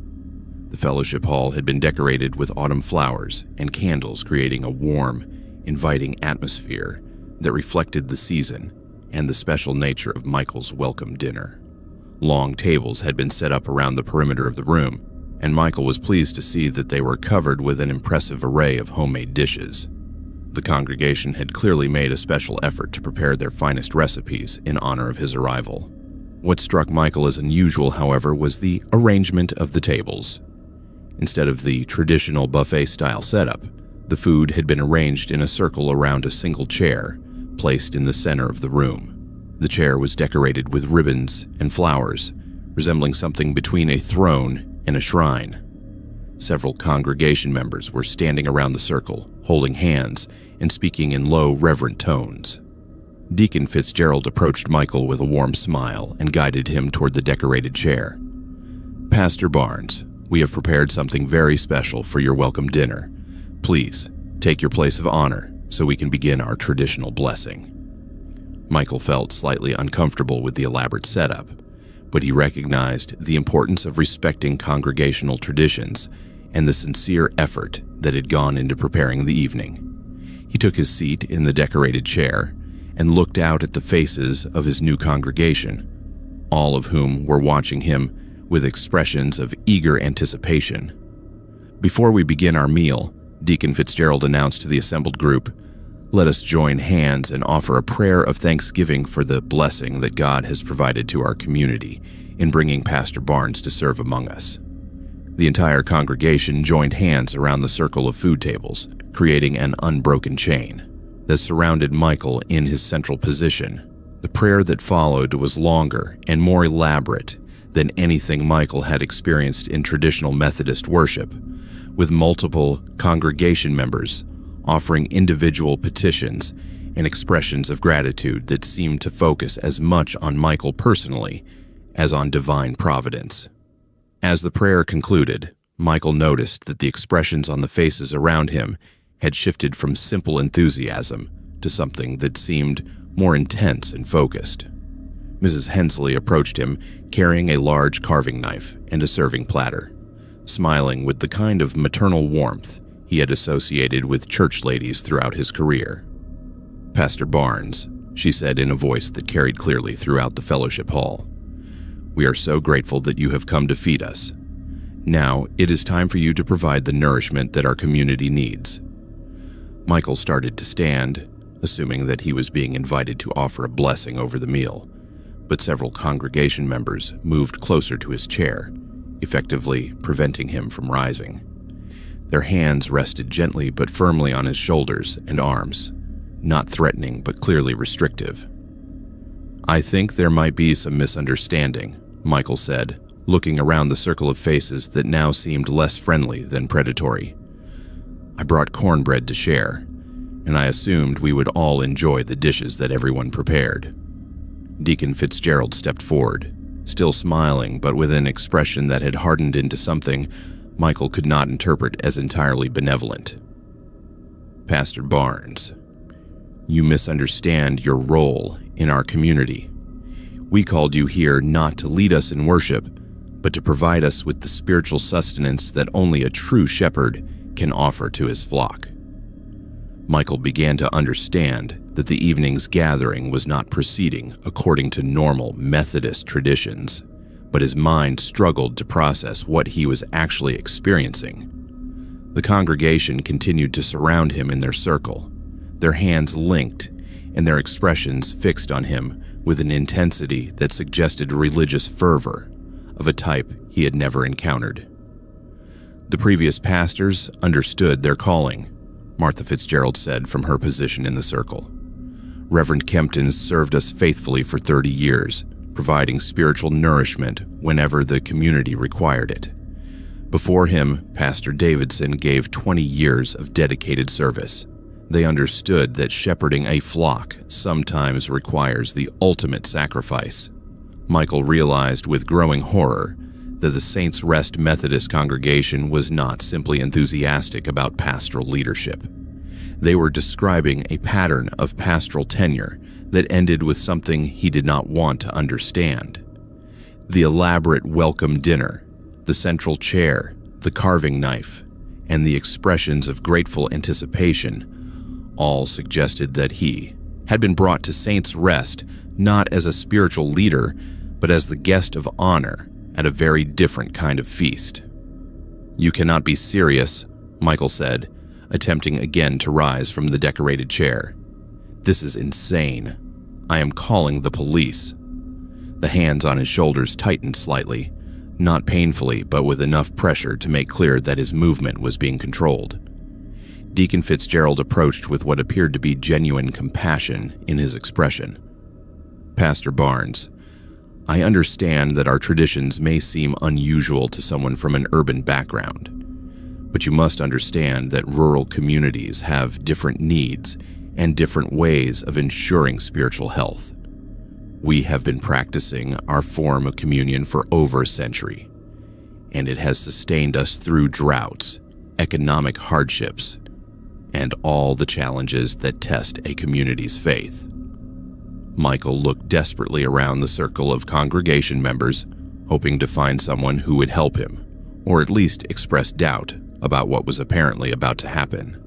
Instead, he saw faces filled with religious conviction and anticipation, as though they were about to participate in the most sacred ritual of their faith tradition. Mrs. Hensley approached with the carving knife, her expression motherly and reassuring. Do not be afraid, Pastor Barnes. Your sacrifice will nourish us spiritually and physically for months to come. Every part of you will be blessed and shared among the families of our congregation. You will become part of us in the most literal and meaningful way possible. The realization that the Saints Rest Methodist congregation practiced literal cannibalism as part of their religious observance filled Michael with a terror that paralyzed his ability to think or act rationally. The elaborate welcome, the eager anticipation, and the references to previous pastors who had served faithfully all took on new and horrifying meaning. As Mrs. Hensley raised the carving knife and the congregation began singing a hymn that Michael did not recognize, he understood that his ministry in Saints Rest would indeed involve the ultimate sacrifice, though not in any way that his seminary training had prepared him to understand.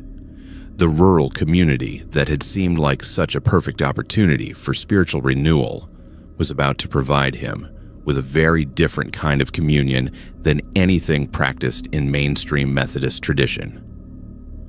The Saints Rest Methodist Church continues to welcome new pastors with enthusiasm and traditional rural hospitality, always emphasizing the importance of community fellowship and the sacred nature of sharing meals together.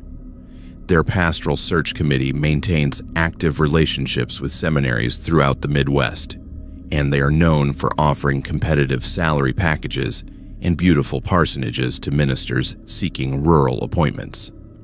The congregation's potluck dinners remain central to their community life, and visitors are always impressed by the warmth of their hospitality and the obvious devotion of their membership. Their communion services are particularly meaningful, with participants describing a sense of spiritual nourishment that goes far beyond traditional Methodist practices. Pastor Michael Barnes served the Saints Rest congregation faithfully, providing exactly the kind of leadership and spiritual sustenance that the community required. His ministry was brief but deeply meaningful, and his contribution to the congregation's spiritual life continues to nourish the faithful members of this devoted rural church. Graduate student Amanda Foster came to Whisperdale, Maine to research local folklore. The librarian was thrilled to help, giving her unlimited access to the restricted section. But every book she opened contained the same story: hers. Amanda had been struggling with her doctoral dissertation on New England folklore for over 2 years when her advisor, Professor Catherine Marsh, suggested she explore primary sources in small Maine communities that had been overlooked by previous researchers. The suggestion came at exactly the right moment in Amanda's academic career. Her fellowship was running out, her research had reached a dead end, and she was beginning to doubt whether she would ever complete her degree in folklore studies.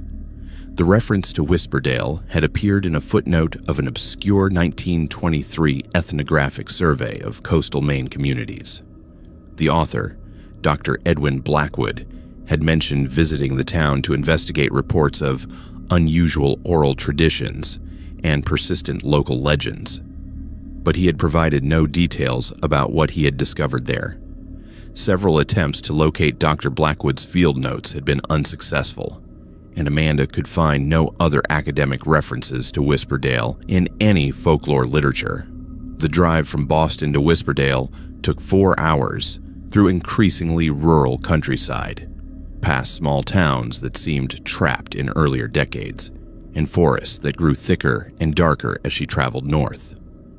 When she finally reached Whisperdale, Amanda was surprised to find a community that appeared to be thriving despite its remote location. The main street featured well-maintained shops, a diner that looked busy even on a Tuesday afternoon, and residents who moved about their daily routines with the unhurried pace of people who were content with their circumstances.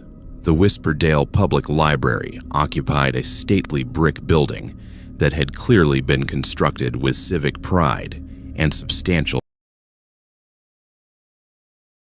financial resources. The architecture suggested late Victorian prosperity, with elaborate stonework, tall windows, and a reading room that featured cathedral ceilings and oak furniture that appeared to have been crafted by master woodworkers. For a town of perhaps 800 residents, the library was remarkably impressive and obviously well-maintained. The head librarian, Miss Eleanor Cartwright, greeted Amanda with enthusiasm that seemed genuinely delighted rather than merely polite. She was an elderly woman with silver hair arranged in an old-fashioned bun and eyes that sparkled with intelligence and curiosity behind wire-rimmed glasses. "Dr. Foster," Miss Cartwright said as she shook Amanda's hand warmly, "we have been expecting you for weeks. Professor Marsh wrote to us about your research, and we are absolutely thrilled to have a scholar of your caliber working with our collections." Amanda was impressed by the librarian's obvious education and professional demeanor, which seemed remarkably sophisticated for such a small rural community. Miss Cartwright led her on a comprehensive tour of the library, pointing out special collections, rare books, and archival materials that represented decades of careful acquisition and preservation. "We are particularly proud of our folklore and local history collections," Miss Cartwright explained as they climbed a narrow staircase to the library's second floor. The restricted section contains materials that date back to the town's founding in 1847, including oral histories, personal diaries, and documents that have never been published or made available to outside researchers. The restricted section occupied a large room lined floor to ceiling with books, manuscripts, and filing cabinets that appeared to contain an extraordinary wealth of primary source materials. Amanda felt a surge of excitement as she surveyed the collection, recognizing immediately that she had discovered exactly the kind of untapped resources that could transform her dissertation from a routine academic exercise into genuinely groundbreaking scholarship. "This is incredible," Amanda said as she examined some of the older volumes. "I had no idea that a community this size would have such extensive historical documentation." Miss Cartwright beamed with obvious pride.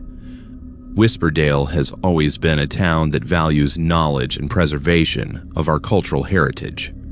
We have had remarkable success in encouraging local families to donate personal papers and family histories. As a result, our collection represents one of the most complete records of small-town New England life that you will find anywhere." Over the next several days, Amanda established a productive routine of spending her mornings in the restricted section, reading through historical documents and taking detailed notes for her dissertation research. Miss Cartwright had provided her with a private work table, unlimited access to the collection, and assistance in locating materials that were relevant to her specific research interests. What impressed Amanda most was the extraordinary detail and comprehensive nature of the historical records. She found family genealogies that traced local lineages back multiple generations, personal diaries that provided intimate glimpses into daily life in 19th century rural Maine, and community records that documented everything from town meetings to social events with remarkable precision and completeness. But as Amanda delved deeper into the collection, she began to notice patterns that seemed unusual for typical small-town historical documentation.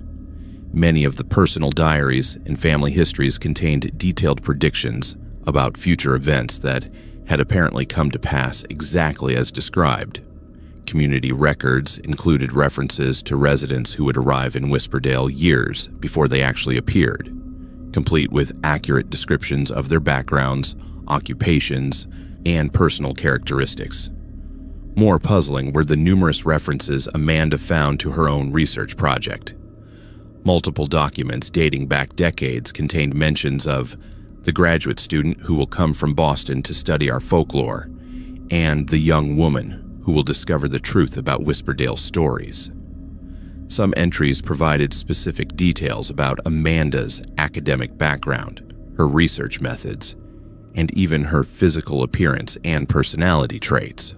When Amanda brought these peculiarities to Miss Cartwright's attention, the librarian seemed pleased rather than surprised by the discovery.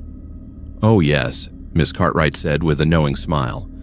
"Our local histories have always been rather prescient. The people of Whisperdale have had a gift for understanding how their stories connect to larger patterns of meaning and significance." Amanda pressed for more explanation, but Miss Cartwright suggested that she continue reading through the collection, promising that everything would become clearer as she gained a more comprehensive understanding of the community's unique character and traditions. Over the following weeks, Amanda's research took on an increasingly surreal quality as she discovered that virtually every historical document in the Whisperdale collection contained some reference to her presence in the town and her academic work. Personal diaries written by residents in the 1920s described conversations they expected to have with the folklore researcher decades later. Town meeting minutes from the 1950s included budget allocations for library resources that would be needed when the graduate student arrives to study our heritage. Most disturbing was Amanda's discovery of what appeared to be a complete draft of her doctoral dissertation, written in 1978 by someone identified only as A.F. and filed among the community's historical documents under the title Predictive Folklore Traditions in Isolated New England Communities, a study of Whisperdale, Maine. The dissertation was identical to the work Amanda had been preparing, including theoretical framework, research methodology, and conclusions that she had not yet formulated in her own mind. When Amanda confronted Miss Cartwright with the pre-existing version of her dissertation, the librarian's response was matter-of-fact and unsurprised. Whisperdale has always existed somewhat outside normal temporal constraints, Miss Cartwright explained calmly. Our residents have learned to live with the understanding that past, present, and future are more fluid concepts than most people realize. Your dissertation already exists because in some sense you have already written it, just as in another sense you are still in the process of discovering what it contains. Amanda felt a growing sense of panic as she realized that her academic research had led her into a community where the normal rules of cause and effect seemed to operate differently than in the outside world. Every book she opened, every document she examined, and every conversation she had with local residents seemed to be following a script that had been written decades before her arrival. "I need to leave," Amanda said, gathering her notes and research materials. "This situation is not normal, and I cannot continue working under these circumstances." Miss Cartwright's expression became sympathetic but firm. "I understand your confusion, Dr. Foster, but you must realize that leaving is not really an option at this point. Your story is already written in our records, and stories in Whisperdale have a way of completing themselves according to their predetermined patterns." Amanda rushed to her car and attempted to drive out of Whisperdale, but she found that every road leading away from the town somehow brought her back to the library parking lot. Her cell phone had no signal, her GPS device showed no roads beyond the town limits, and her car's odometer registered no mileage regardless of how far she drove along what appeared to be exit routes. Over the next several days, Amanda discovered that she had become a permanent resident of Whisperdale, unable to leave but provided with comfortable accommodations and unlimited access to the library's resources. The townspeople treated her with friendly courtesy, but seemed to regard her presence as inevitable rather than voluntary. Miss Cartwright explained that Whisperdale had been collecting stories for over a century, gathering narrative threads from the larger world and weaving them into a comprehensive record of human experience that existed outside normal temporal limitations. Researchers, writers, and scholars who discovered the town were incorporated into its story collection system, providing their knowledge and expertise to help maintain and expand the community's unique archive of predictive folklore. "You see," Miss Cartwright said as they sat in the library's reading room, surrounded by thousands of volumes containing stories that had not yet happened. "Every story that will ever be told already exists in some form. Our role is simply to collect them, preserve them, and ensure that they are available when the time comes for them to be lived. Amanda Foster currently serves as the assistant librarian for the Whisperdale Public Library's folklore and predictive literature collection, having accepted that her academic career has taken an unexpected but intellectually fascinating direction. Her doctoral dissertation has been completed and filed among the library's archives, though she no longer remembers writing most of it, and cannot explain how she came to understand theoretical concepts that seem to exceed her previous academic training. She spends her days helping to catalog and organize stories that describe events that have not yet occurred, working alongside Miss Cartwright to maintain one of the world's most complete archives of human narrative, possibilities. Her own story continues to unfold according to patterns that were established decades before her birth, and she has learned to find satisfaction in playing her predetermined role in Whisperdale's ongoing project of collecting and preserving the stories that define human experience. The Whisperdale Public Library continues to welcome researchers and scholars who are drawn to investigate its unique collections, always providing unlimited access to materials and ensuring that visiting academics find exactly the resources they need for their work. Every story eventually finds its way into the archive, and every storyteller eventually finds their way to Whisperdale, where past and future merge into an eternal present of narrative possibility. Miss Eleanor Cartwright maintains her position as head librarian, having served in that capacity for longer than anyone in town can remember, though the exact duration of her tenure seems to vary depending on who is asked and when the question is posed. She continues to take great pride in the library's comprehensive collection and in the important work of ensuring that no story is ever truly lost or forgotten. State Trooper James Mitchell pulled over a speeding car just outside Crossroads, Texas. The driver's license was valid, the registration current, but according to the DMV database, both the car and the driver had been dead for 30 years. Trooper Mitchell had been patrolling Highway 287 through West Texas for 8 years when he encountered the situation that would fundamentally change his understanding of law enforcement and the nature of reality itself. It was a routine Tuesday evening in October, with clear skies and light traffic moving through the sparse countryside between small farming communities. Mitchell was positioned at his usual speed enforcement location, a straight stretch of highway just outside the town limits of Crossroads, where drivers often exceeded the posted speed limit as they traveled between larger cities.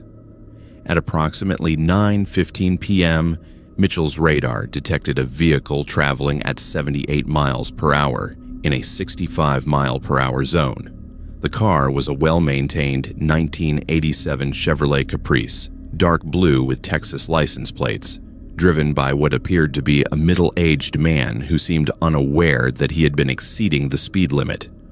Mitchell activated his emergency lights and initiated a routine traffic stop, expecting to complete the citation and move on to his next patrol assignment.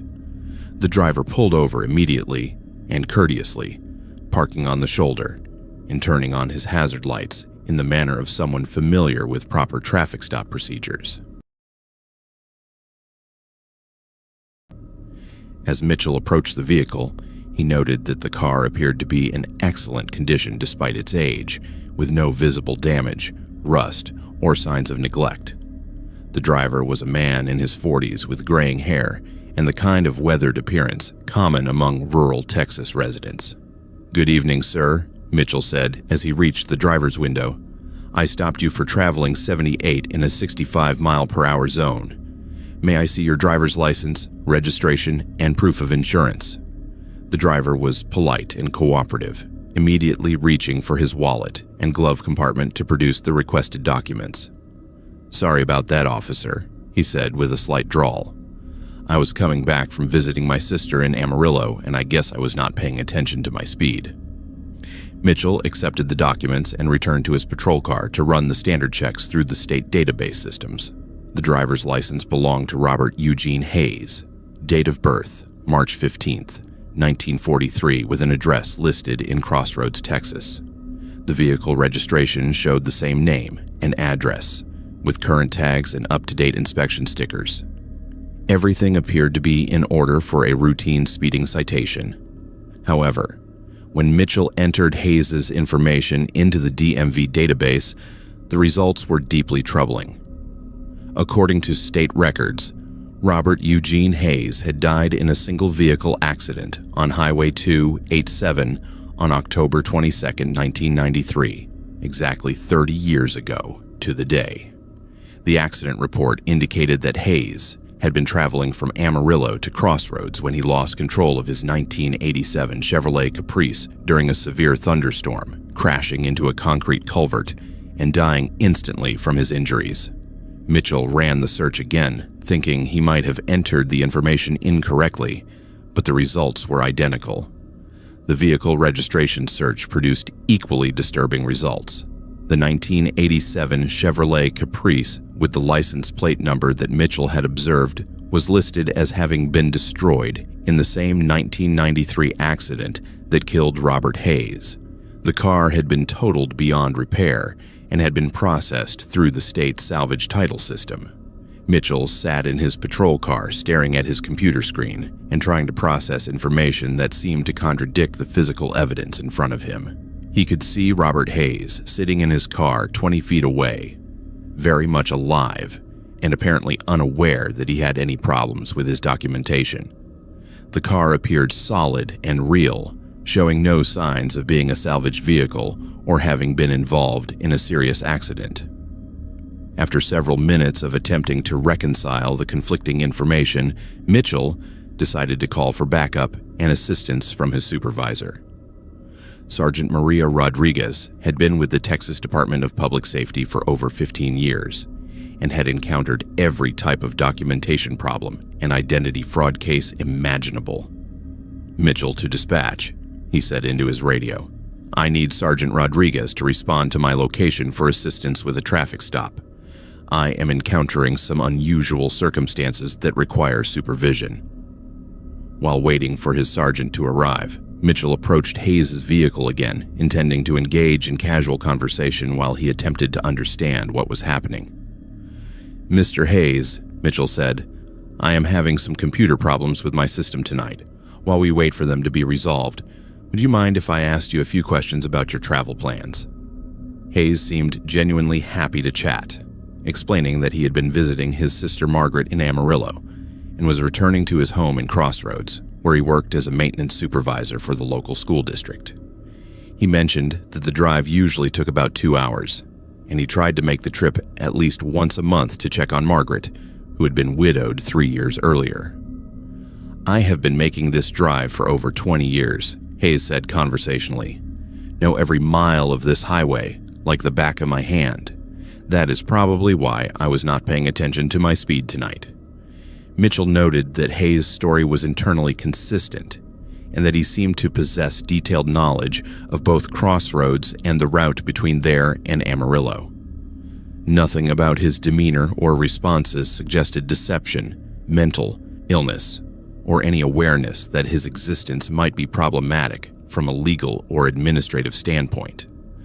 Sergeant Rodriguez arrived approximately 20 minutes after Mitchell's call for assistance. She was a no-nonsense professional who had earned respect throughout the department for her ability to handle complex situations with competence and discretion. Mitchell briefed her on the situation, showing her the DMV database results and explaining his confusion about how to proceed.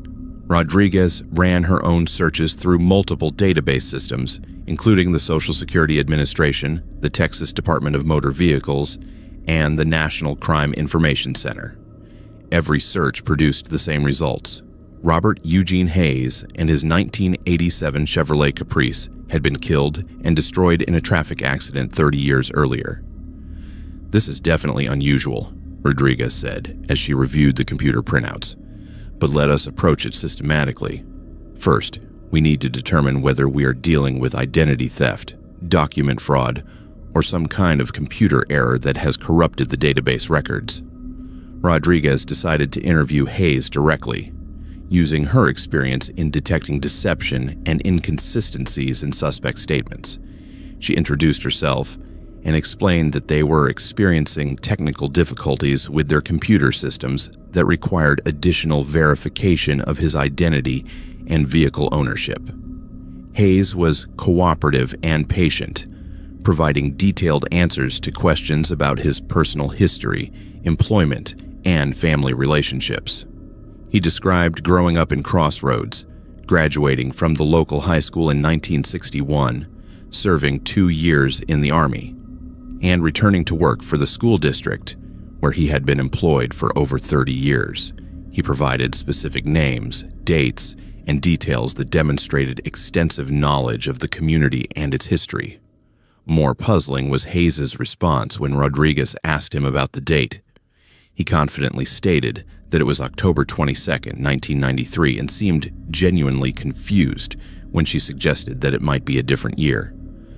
When she showed him her smartphone and the date display on the patrol car's computer system, Hayes examined them with interest, but maintained that there must be some kind of malfunction with the electronic devices.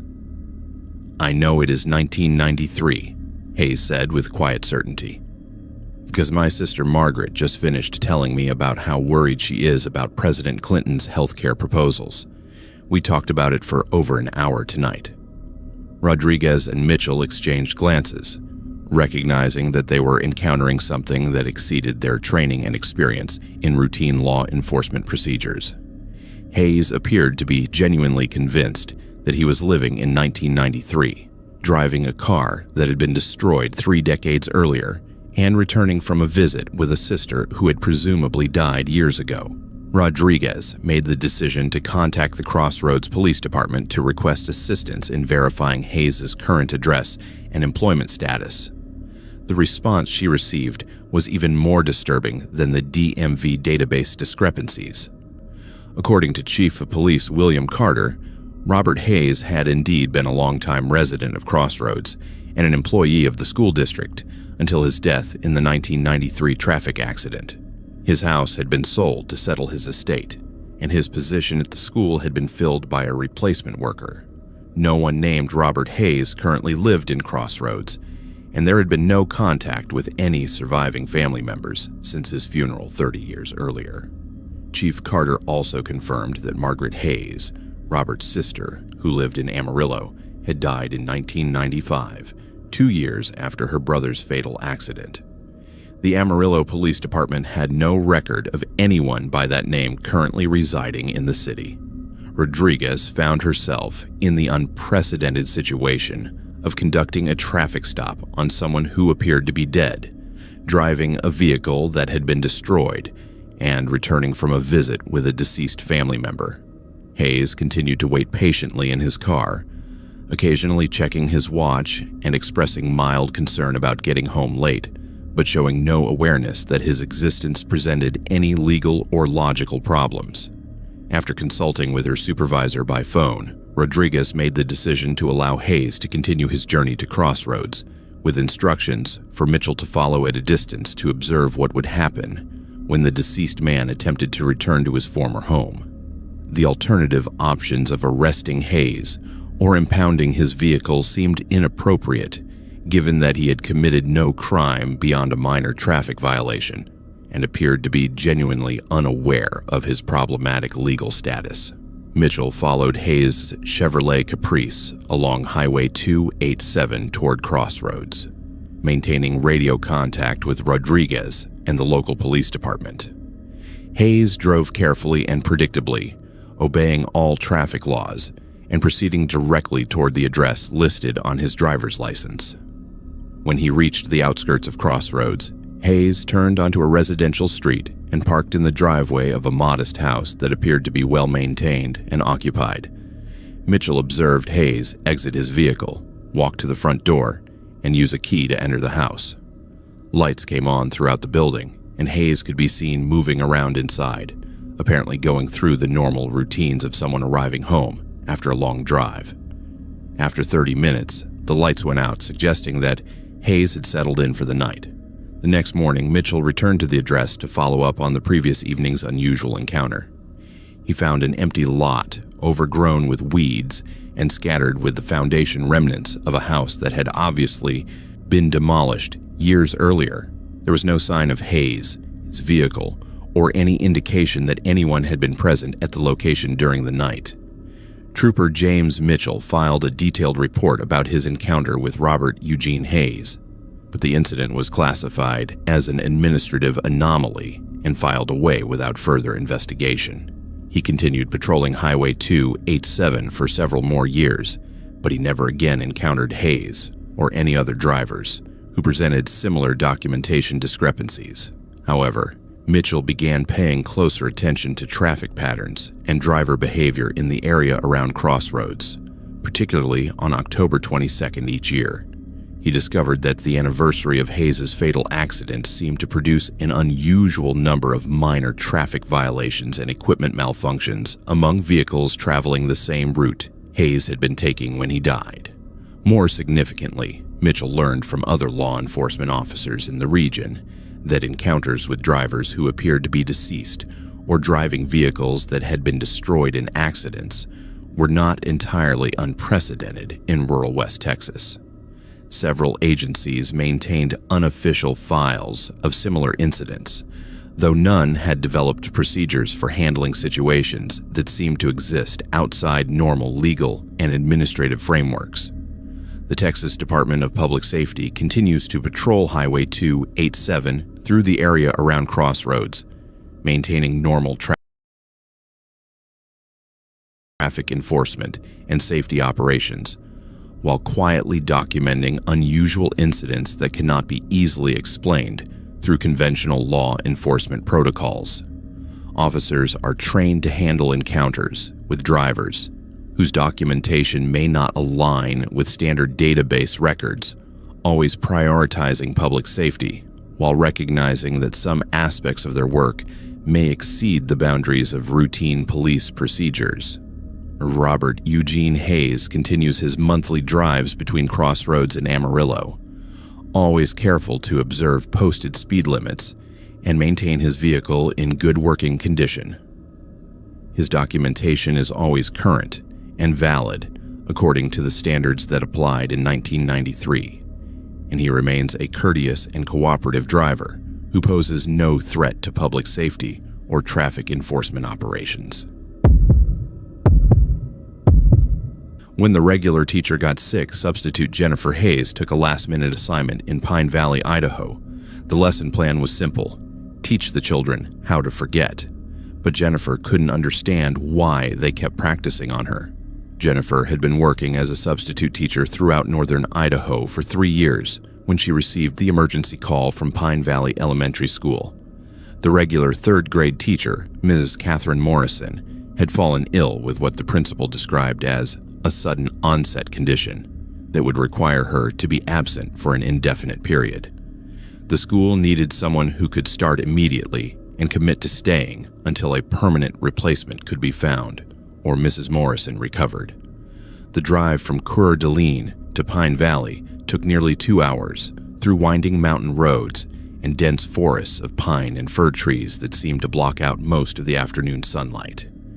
Pine Valley itself was smaller than Jennifer had expected, consisting of perhaps 500 residents scattered through a narrow valley surrounded by steep hills covered with old-growth timber. The elementary school was a modest brick building that appeared to serve all the community's children from kindergarten through 8th grade.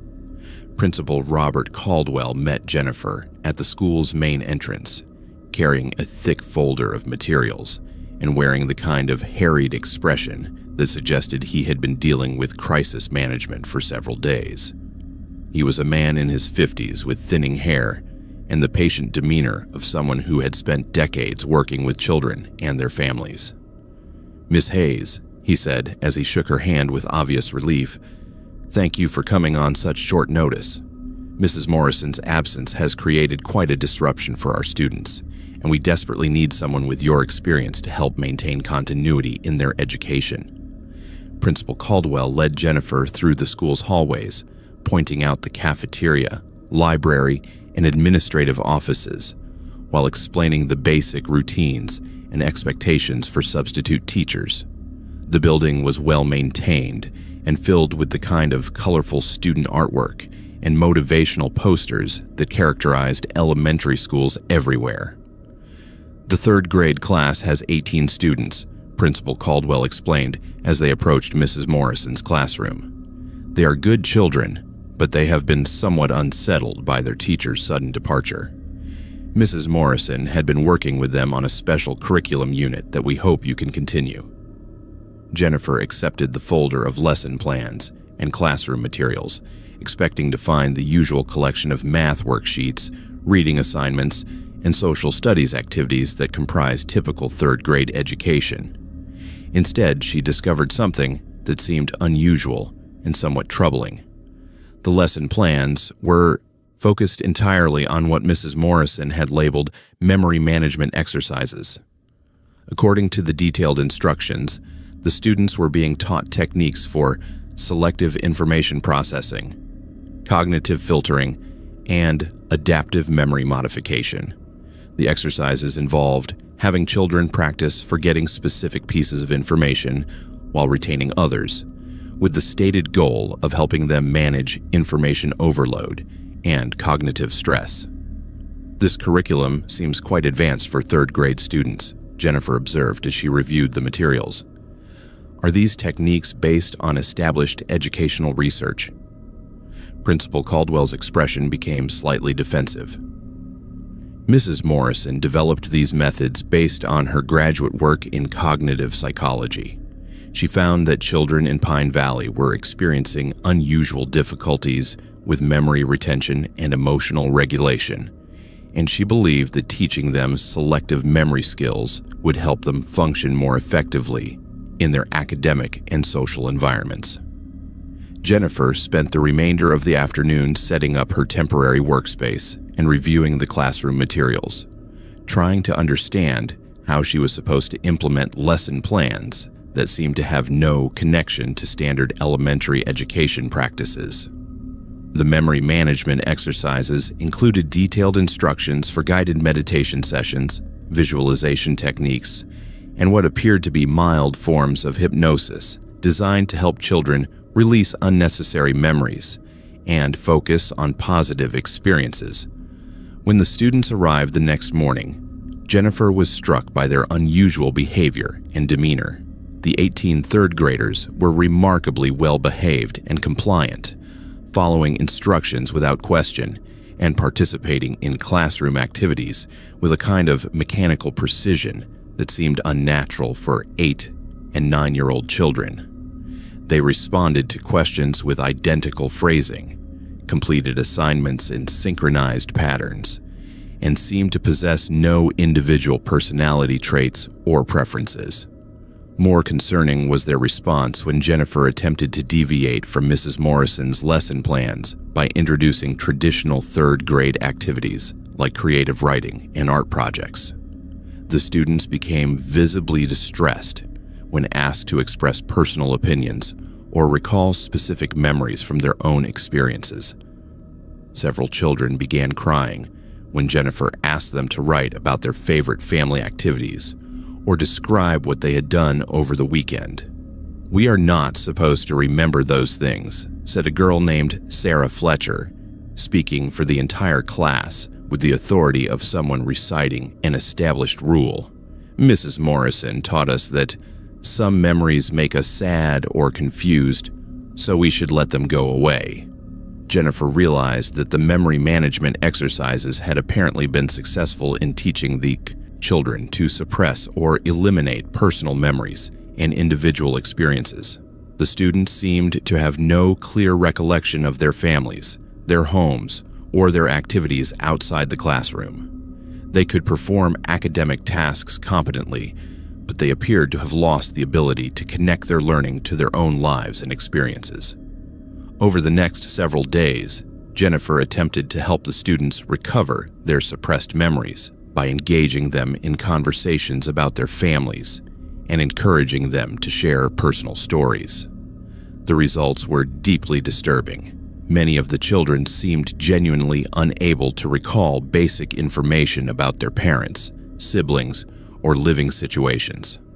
Others became extremely agitated when pressed for personal details, displaying symptoms that resembled trauma responses or severe anxiety disorders. When Jennifer expressed her concerns to Principal Caldwell, his reaction was dismissive and somewhat hostile. "Miss Hayes," he said during their meeting in his office, "I appreciate your concern for the students, but I must remind you that you are here as a temporary substitute, not as a curriculum consultant. Mrs. Morrison's methods have been approved by our school board and have produced excellent results in helping our students manage the unique challenges they face living in this community." "What unique challenges?"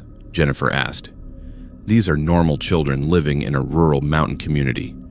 There is nothing here that would require them to forget their owner, families, and personal experiences." Principal Caldwell's expression hardened. "Miss Hayes, there are aspects of life in Pine Valley that outsiders do not understand. Our children are exposed to situations and information that can be psychologically damaging if not properly managed. Mrs. Morrison's memory management techniques help them focus on their education and their future, rather than dwelling on potentially harmful experiences from their past." Jennifer left the meeting with more questions than answers, but she began to pay closer attention to the community's behavior patterns and social dynamics. What she discovered was a population that seemed to function according to the same principles that were being taught to the children in her classroom. Adult residents of Pine Valley displayed the same kind of emotional flatness and lack of individual personality that characterized her students. Now, more troubling was Jennifer's gradual realization that her own memory was becoming less reliable the longer she remained in Pine Valley. She began having difficulty remembering details about her life before arriving in the community, including information about her family, her education, and her previous teaching experiences. Phone calls to friends and family members became confusing and disorienting, as though she were trying to connect with people who seemed increasingly unfamiliar and distant. When Jennifer attempted to document her observations by keeping a written journal of her experiences in Pine Valley, she discovered that her entries were becoming shorter and less detailed each day. More disturbing was her discovery that she could not remember writing many of the entries, and the handwriting in her journal seemed to change subtly over time, becoming more uniform and less expressive. By the end of her second week in Pine Valley, Jennifer realized that the memory management exercises were being applied to her, as well as to the students. Her lesson planning meetings with Principal Caldwell had apparently included the same kind of guided meditation and visualization techniques that she had been using with the children, and her own memory was being systematically modified to eliminate information that the community deemed inappropriate or disruptive. Jennifer made the decision to leave Pine Valley immediately, but when she attempted to pack her belongings and drive back to Coeur d'Alene, she discovered that she could not remember her home address, her phone number, or the names of anyone she had known before arriving in the mountain community. Her car keys were missing, her credit cards had been canceled, and her cell phone showed no record of any contacts or previous communications. When Jennifer confronted Principal Caldwell about her situation, he seemed genuinely sympathetic, but explained that her memory problems were the natural result of the stress and adjustment difficulties that many newcomers experienced when transitioning to life in Pine Valley.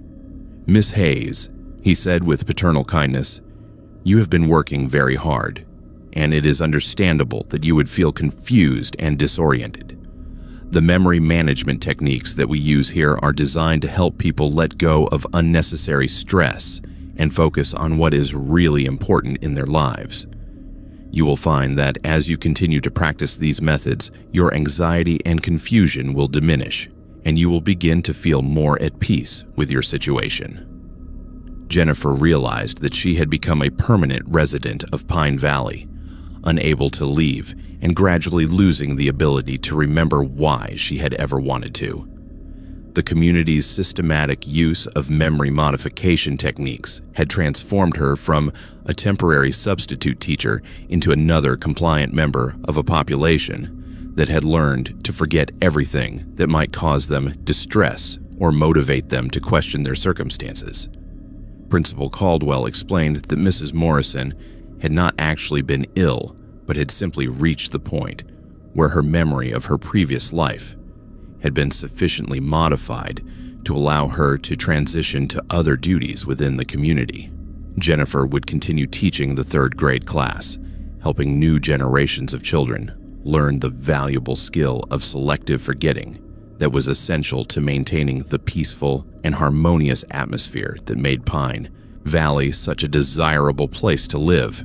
Jennifer Hayes currently serves as the third grade teacher at Pine Valley Elementary School, having accepted a permanent position after demonstrating her competence in implementing the school's specialized curriculum. Her memory management exercises continue to help students develop the cognitive skills they need to function effectively in their mountain community, where traditional approaches to education and personal development have been found to be less effective than innovative methods designed specifically for the unique needs of rural Idaho children. The students in her class are well-behaved, academically successful, and emotionally stable, having learned to focus on positive experiences while releasing memories that might cause unnecessary stress or anxiety. Their families are grateful for the school's progressive approach to childhood education, and many parents have requested similar memory management services for themselves and their older children. Jennifer finds great satisfaction in her work, though she sometimes experiences vague feelings of nostalgia for experiences she cannot quite remember. These feelings pass quickly when she practices the meditation and visualization techniques that have become an integral part of her daily routine, and she has learned to appreciate the peace and contentment that come from living without the burden of unnecessary memories. Pine Valley Elementary School continues to attract educational professionals who are interested in innovative approaches to childhood development, always offering competitive salaries and comprehensive benefits to qualified teachers who are willing to commit to long-term service in the community. The school's success in producing well-adjusted, academically successful students has earned recognition from state education officials, though the specific methods used to achieve these results are considered proprietary information that is not shared outside the Pine Valley community. Principal Robert Caldwell maintains active relationships with teacher training programs throughout the region, regularly recruiting promising educators who possess the flexibility and open-mindedness necessary to implement progressive memory management techniques. Every teacher who joins the Pine Valley faculty eventually discovers that effective education requires helping students learn not only what to remember, but also what to forget, and why both skills are essential for achieving lasting happiness and social stability. Thomas Cole was hired to settle a property dispute in Blackwater Creek, Mississippi. But when he measured the town limits, he kept getting the same impossible result. The town was bigger on the inside than the outside. Thomas had been working as a licensed land surveyor throughout the Southeast for over 20 years when he received the call from the law firm of Henderson, Blackwell & Associates in Jackson. They needed an independent surveyor to resolve a boundary dispute in Blackwater Creek, a small community in rural Mississippi where conflicting property claims had escalated into litigation between several landowners and the municipal government. The case involved discrepancies between historical surveys dating back to the 1920s and more recent assessments that showed significant variations in lot sizes and property boundaries. The attorney handling the case, Margaret Henderson, explained that Blackwater Creek had been experiencing unusual difficulties with property documentation for several years. Real estate transactions had been complicated by surveys that produced inconsistent results, and several families were involved in disputes over land that appeared to change size depending on who conducted the measurements. The situation had become serious enough to threaten the community's ability to conduct normal business and municipal planning. "We need someone with your reputation for precision and objectivity," Henderson explained during their phone conversation. "The local surveyors have been unable to provide consistent results, and we suspect there may have been errors in the original township surveys that established the community's boundaries in the 1800s. Thomas accepted the assignment and drove the 4 hours from his office in Birmingham to Blackwater Creek on a clear October morning. The route took him through the rolling hills and pine forests of eastern Mississippi, past small farming communities and timber operations that represented the traditional economic foundation of the region. Blackwater Creek itself was located in a valley between two low ridges, accessible by a single 2-lane highway that seemed to wind longer than the map indicated it should. The community was larger than Thomas had expected, with a population that appeared to number in the thousands rather than the few hundred residents that Henderson had described.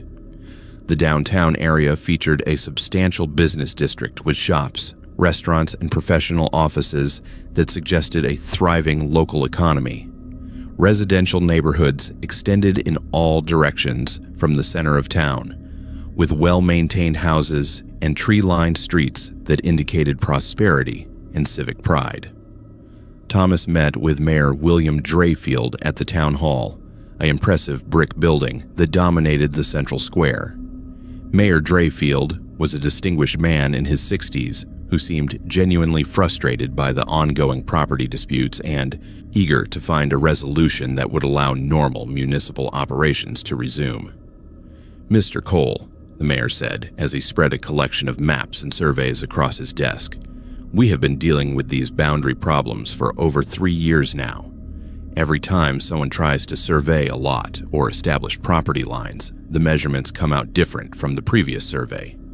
It is making it impossible to issue building permits, conduct real estate transactions, or even collect property taxes accurately." Thomas examined the various surveys and maps that had been produced by different professionals over the past several years. What he found was deeply puzzling. The measurements were internally consistent within each individual survey, and the work appeared to have been conducted competently using proper techniques and equipment. However, the results varied dramatically from one survey to another, with the same pieces of property showing different sizes, shapes, and boundary locations depending on when and by whom they had been measured. Most troubling was the fact that the total area of the community seemed to change depending on the scope of the survey being conducted. When surveyors measured individual lots, the combined area of all private properties within the town limits was significantly larger than the total area of the municipality as measured from its outer boundaries. The mathematical impossibility of this situation had led several surveying firms to withdraw from projects in Blackwater Creek, unwilling to stake their professional reputations on results that defied basic principles of geometry and land measurement. Thomas spent his first day establishing a comprehensive baseline survey of the town's outer boundaries, using GPS equipment and traditional surveying instruments to create the most accurate possible measurement of Blackwater Creek's total area. Working systematically around the perimeter of the community, he documented every corner, boundary marker, and geographical feature that defined the municipal limits. The results of his perimeter survey indicated that Blackwater Creek occupied approximately 8.2 square miles of land area, which was consistent with the legal descriptions in the town's incorporation documents and the county records that established its municipal boundaries. Thomas was satisfied with the accuracy of his measurements and confident that he had established a reliable baseline for resolving the property disputes. However, when Thomas began conducting detailed surveys of individual properties within the town limits, he immediately encountered the same problems that had frustrated previous surveyors. The measurements he obtained for private lots, commercial properties, and public spaces consistently added up to a total area that was significantly larger than the 8.2 square miles he had measured for the entire community. After 3 days of careful work, Thomas calculated that the combined area of all properties within Blackwater Creek totaled approximately 23.7 square miles, nearly 3 times larger than the space that the town actually occupied, according to his perimeter measurements. He checked and rechecked his calculations, verified his equipment calibration, and repeated key measurements multiple times, but the results remained consistent and inexplicable. Thomas requested a meeting with Mayor Drayfield to discuss his preliminary findings and to explore possible explanations for the discrepancies he had discovered. "Mayor Drayfield," Thomas said as he laid out his survey maps and calculations, "I need to ask you some direct questions about the history of this community and any unusual circumstances that might affect land measurement and property boundaries." The mayor studied Thomas's maps for several minutes before responding. "Mr. Cole, Blackwater Creek has always been a special place. The original settlers in the 1840s chose this location because they found it had certain properties that made it particularly suitable for establishing a permanent community." "What kind of properties?" Thomas asked. Mayor Drayfield seemed to choose his words carefully. "The land here has a way of providing exactly what the community needs when it needs it. As our population has grown and our requirements have expanded, the available space has somehow adapted to accommodate our development." Thomas stared at the mayor, unsure how to respond to an explanation that seemed to suggest that land area could expand to meet demand. "Are you telling me that the physical size of Blackwater Creek changes based on the community's needs?" "I'm telling you that this valley has sustained our community for over 180 years, Mayor Drayfield replied, "and it has never failed to provide adequate space for everyone who belongs here. The exact measurements may vary depending on external factors, but the practical reality is that there is always enough room for the people and activities that are meant to be here." Thomas spent the next several days conducting additional surveys and measurements, trying to understand the mechanism by which Blackwater Creek seemed to contain more space than should be physically possible. What he discovered was that the apparent expansion occurred in subtle ways that were difficult to detect without systematic measurement. Roads and streets within the community were consistently longer than their counterparts outside the town limits, though the difference was only noticeable when measured precisely. Property lots were deeper and wider than they appeared to be, with additional area that became apparent only when surveyed carefully. Public spaces, parking areas, and commercial districts occupied more ground than visual inspection suggested they should require. The effect was not dramatic enough to be obvious to casual observation, but it was systematic and pervasive throughout the community. Blackwater Creek seemed to exist in a state of spatial expansion that allowed it to accommodate development and population growth without the usual constraints of limited land area. Thomas also discovered that the spatial anomalies were most pronounced in areas where the community had experienced recent growth or development. New residential subdivisions occupied significantly more land than their legal descriptions indicated, and commercial areas had expanded to provide more space for businesses and customers than should have been possible within the original property boundaries. When Thomas attempted to document his findings and prepare a formal report for the law firm that had hired him, he found that his survey data was difficult to present in a coherent manner. The measurements were accurate and verifiable, but they described a physical reality that contradicted basic principles of geography and land use planning. Margaret Henderson seemed unsurprised when Thomas called to discuss his preliminary findings and the challenges he was facing in preparing his report. "Mr. Cole," she said, "we have been aware that Blackwater Creek presents some unusual surveying challenges. The important thing is to provide measurements that allow property transactions and municipal planning to proceed normally. We are not particularly concerned with theoretical questions about spatial geometry, as long as the practical needs of the community can be met." Thomas realized that he was being asked to provide survey results that would facilitate normal legal and administrative processes, regardless of the underlying impossibilities that his measurements had revealed. The law firm and the municipal government were apparently willing to accept spatial anomalies as long as they did not interfere with practical community functions. Over the next week, Thomas prepared a survey report that documented the boundaries and areas of individual properties within Blackwater Creek, using measurements that were internally consistent and professionally accurate. He made no attempt to reconcile his findings with the physical impossibility of the community containing more space than should exist within its outer boundaries. The property disputes were resolved based on Thomas's survey, and normal real estate transactions resumed in Blackwater Creek.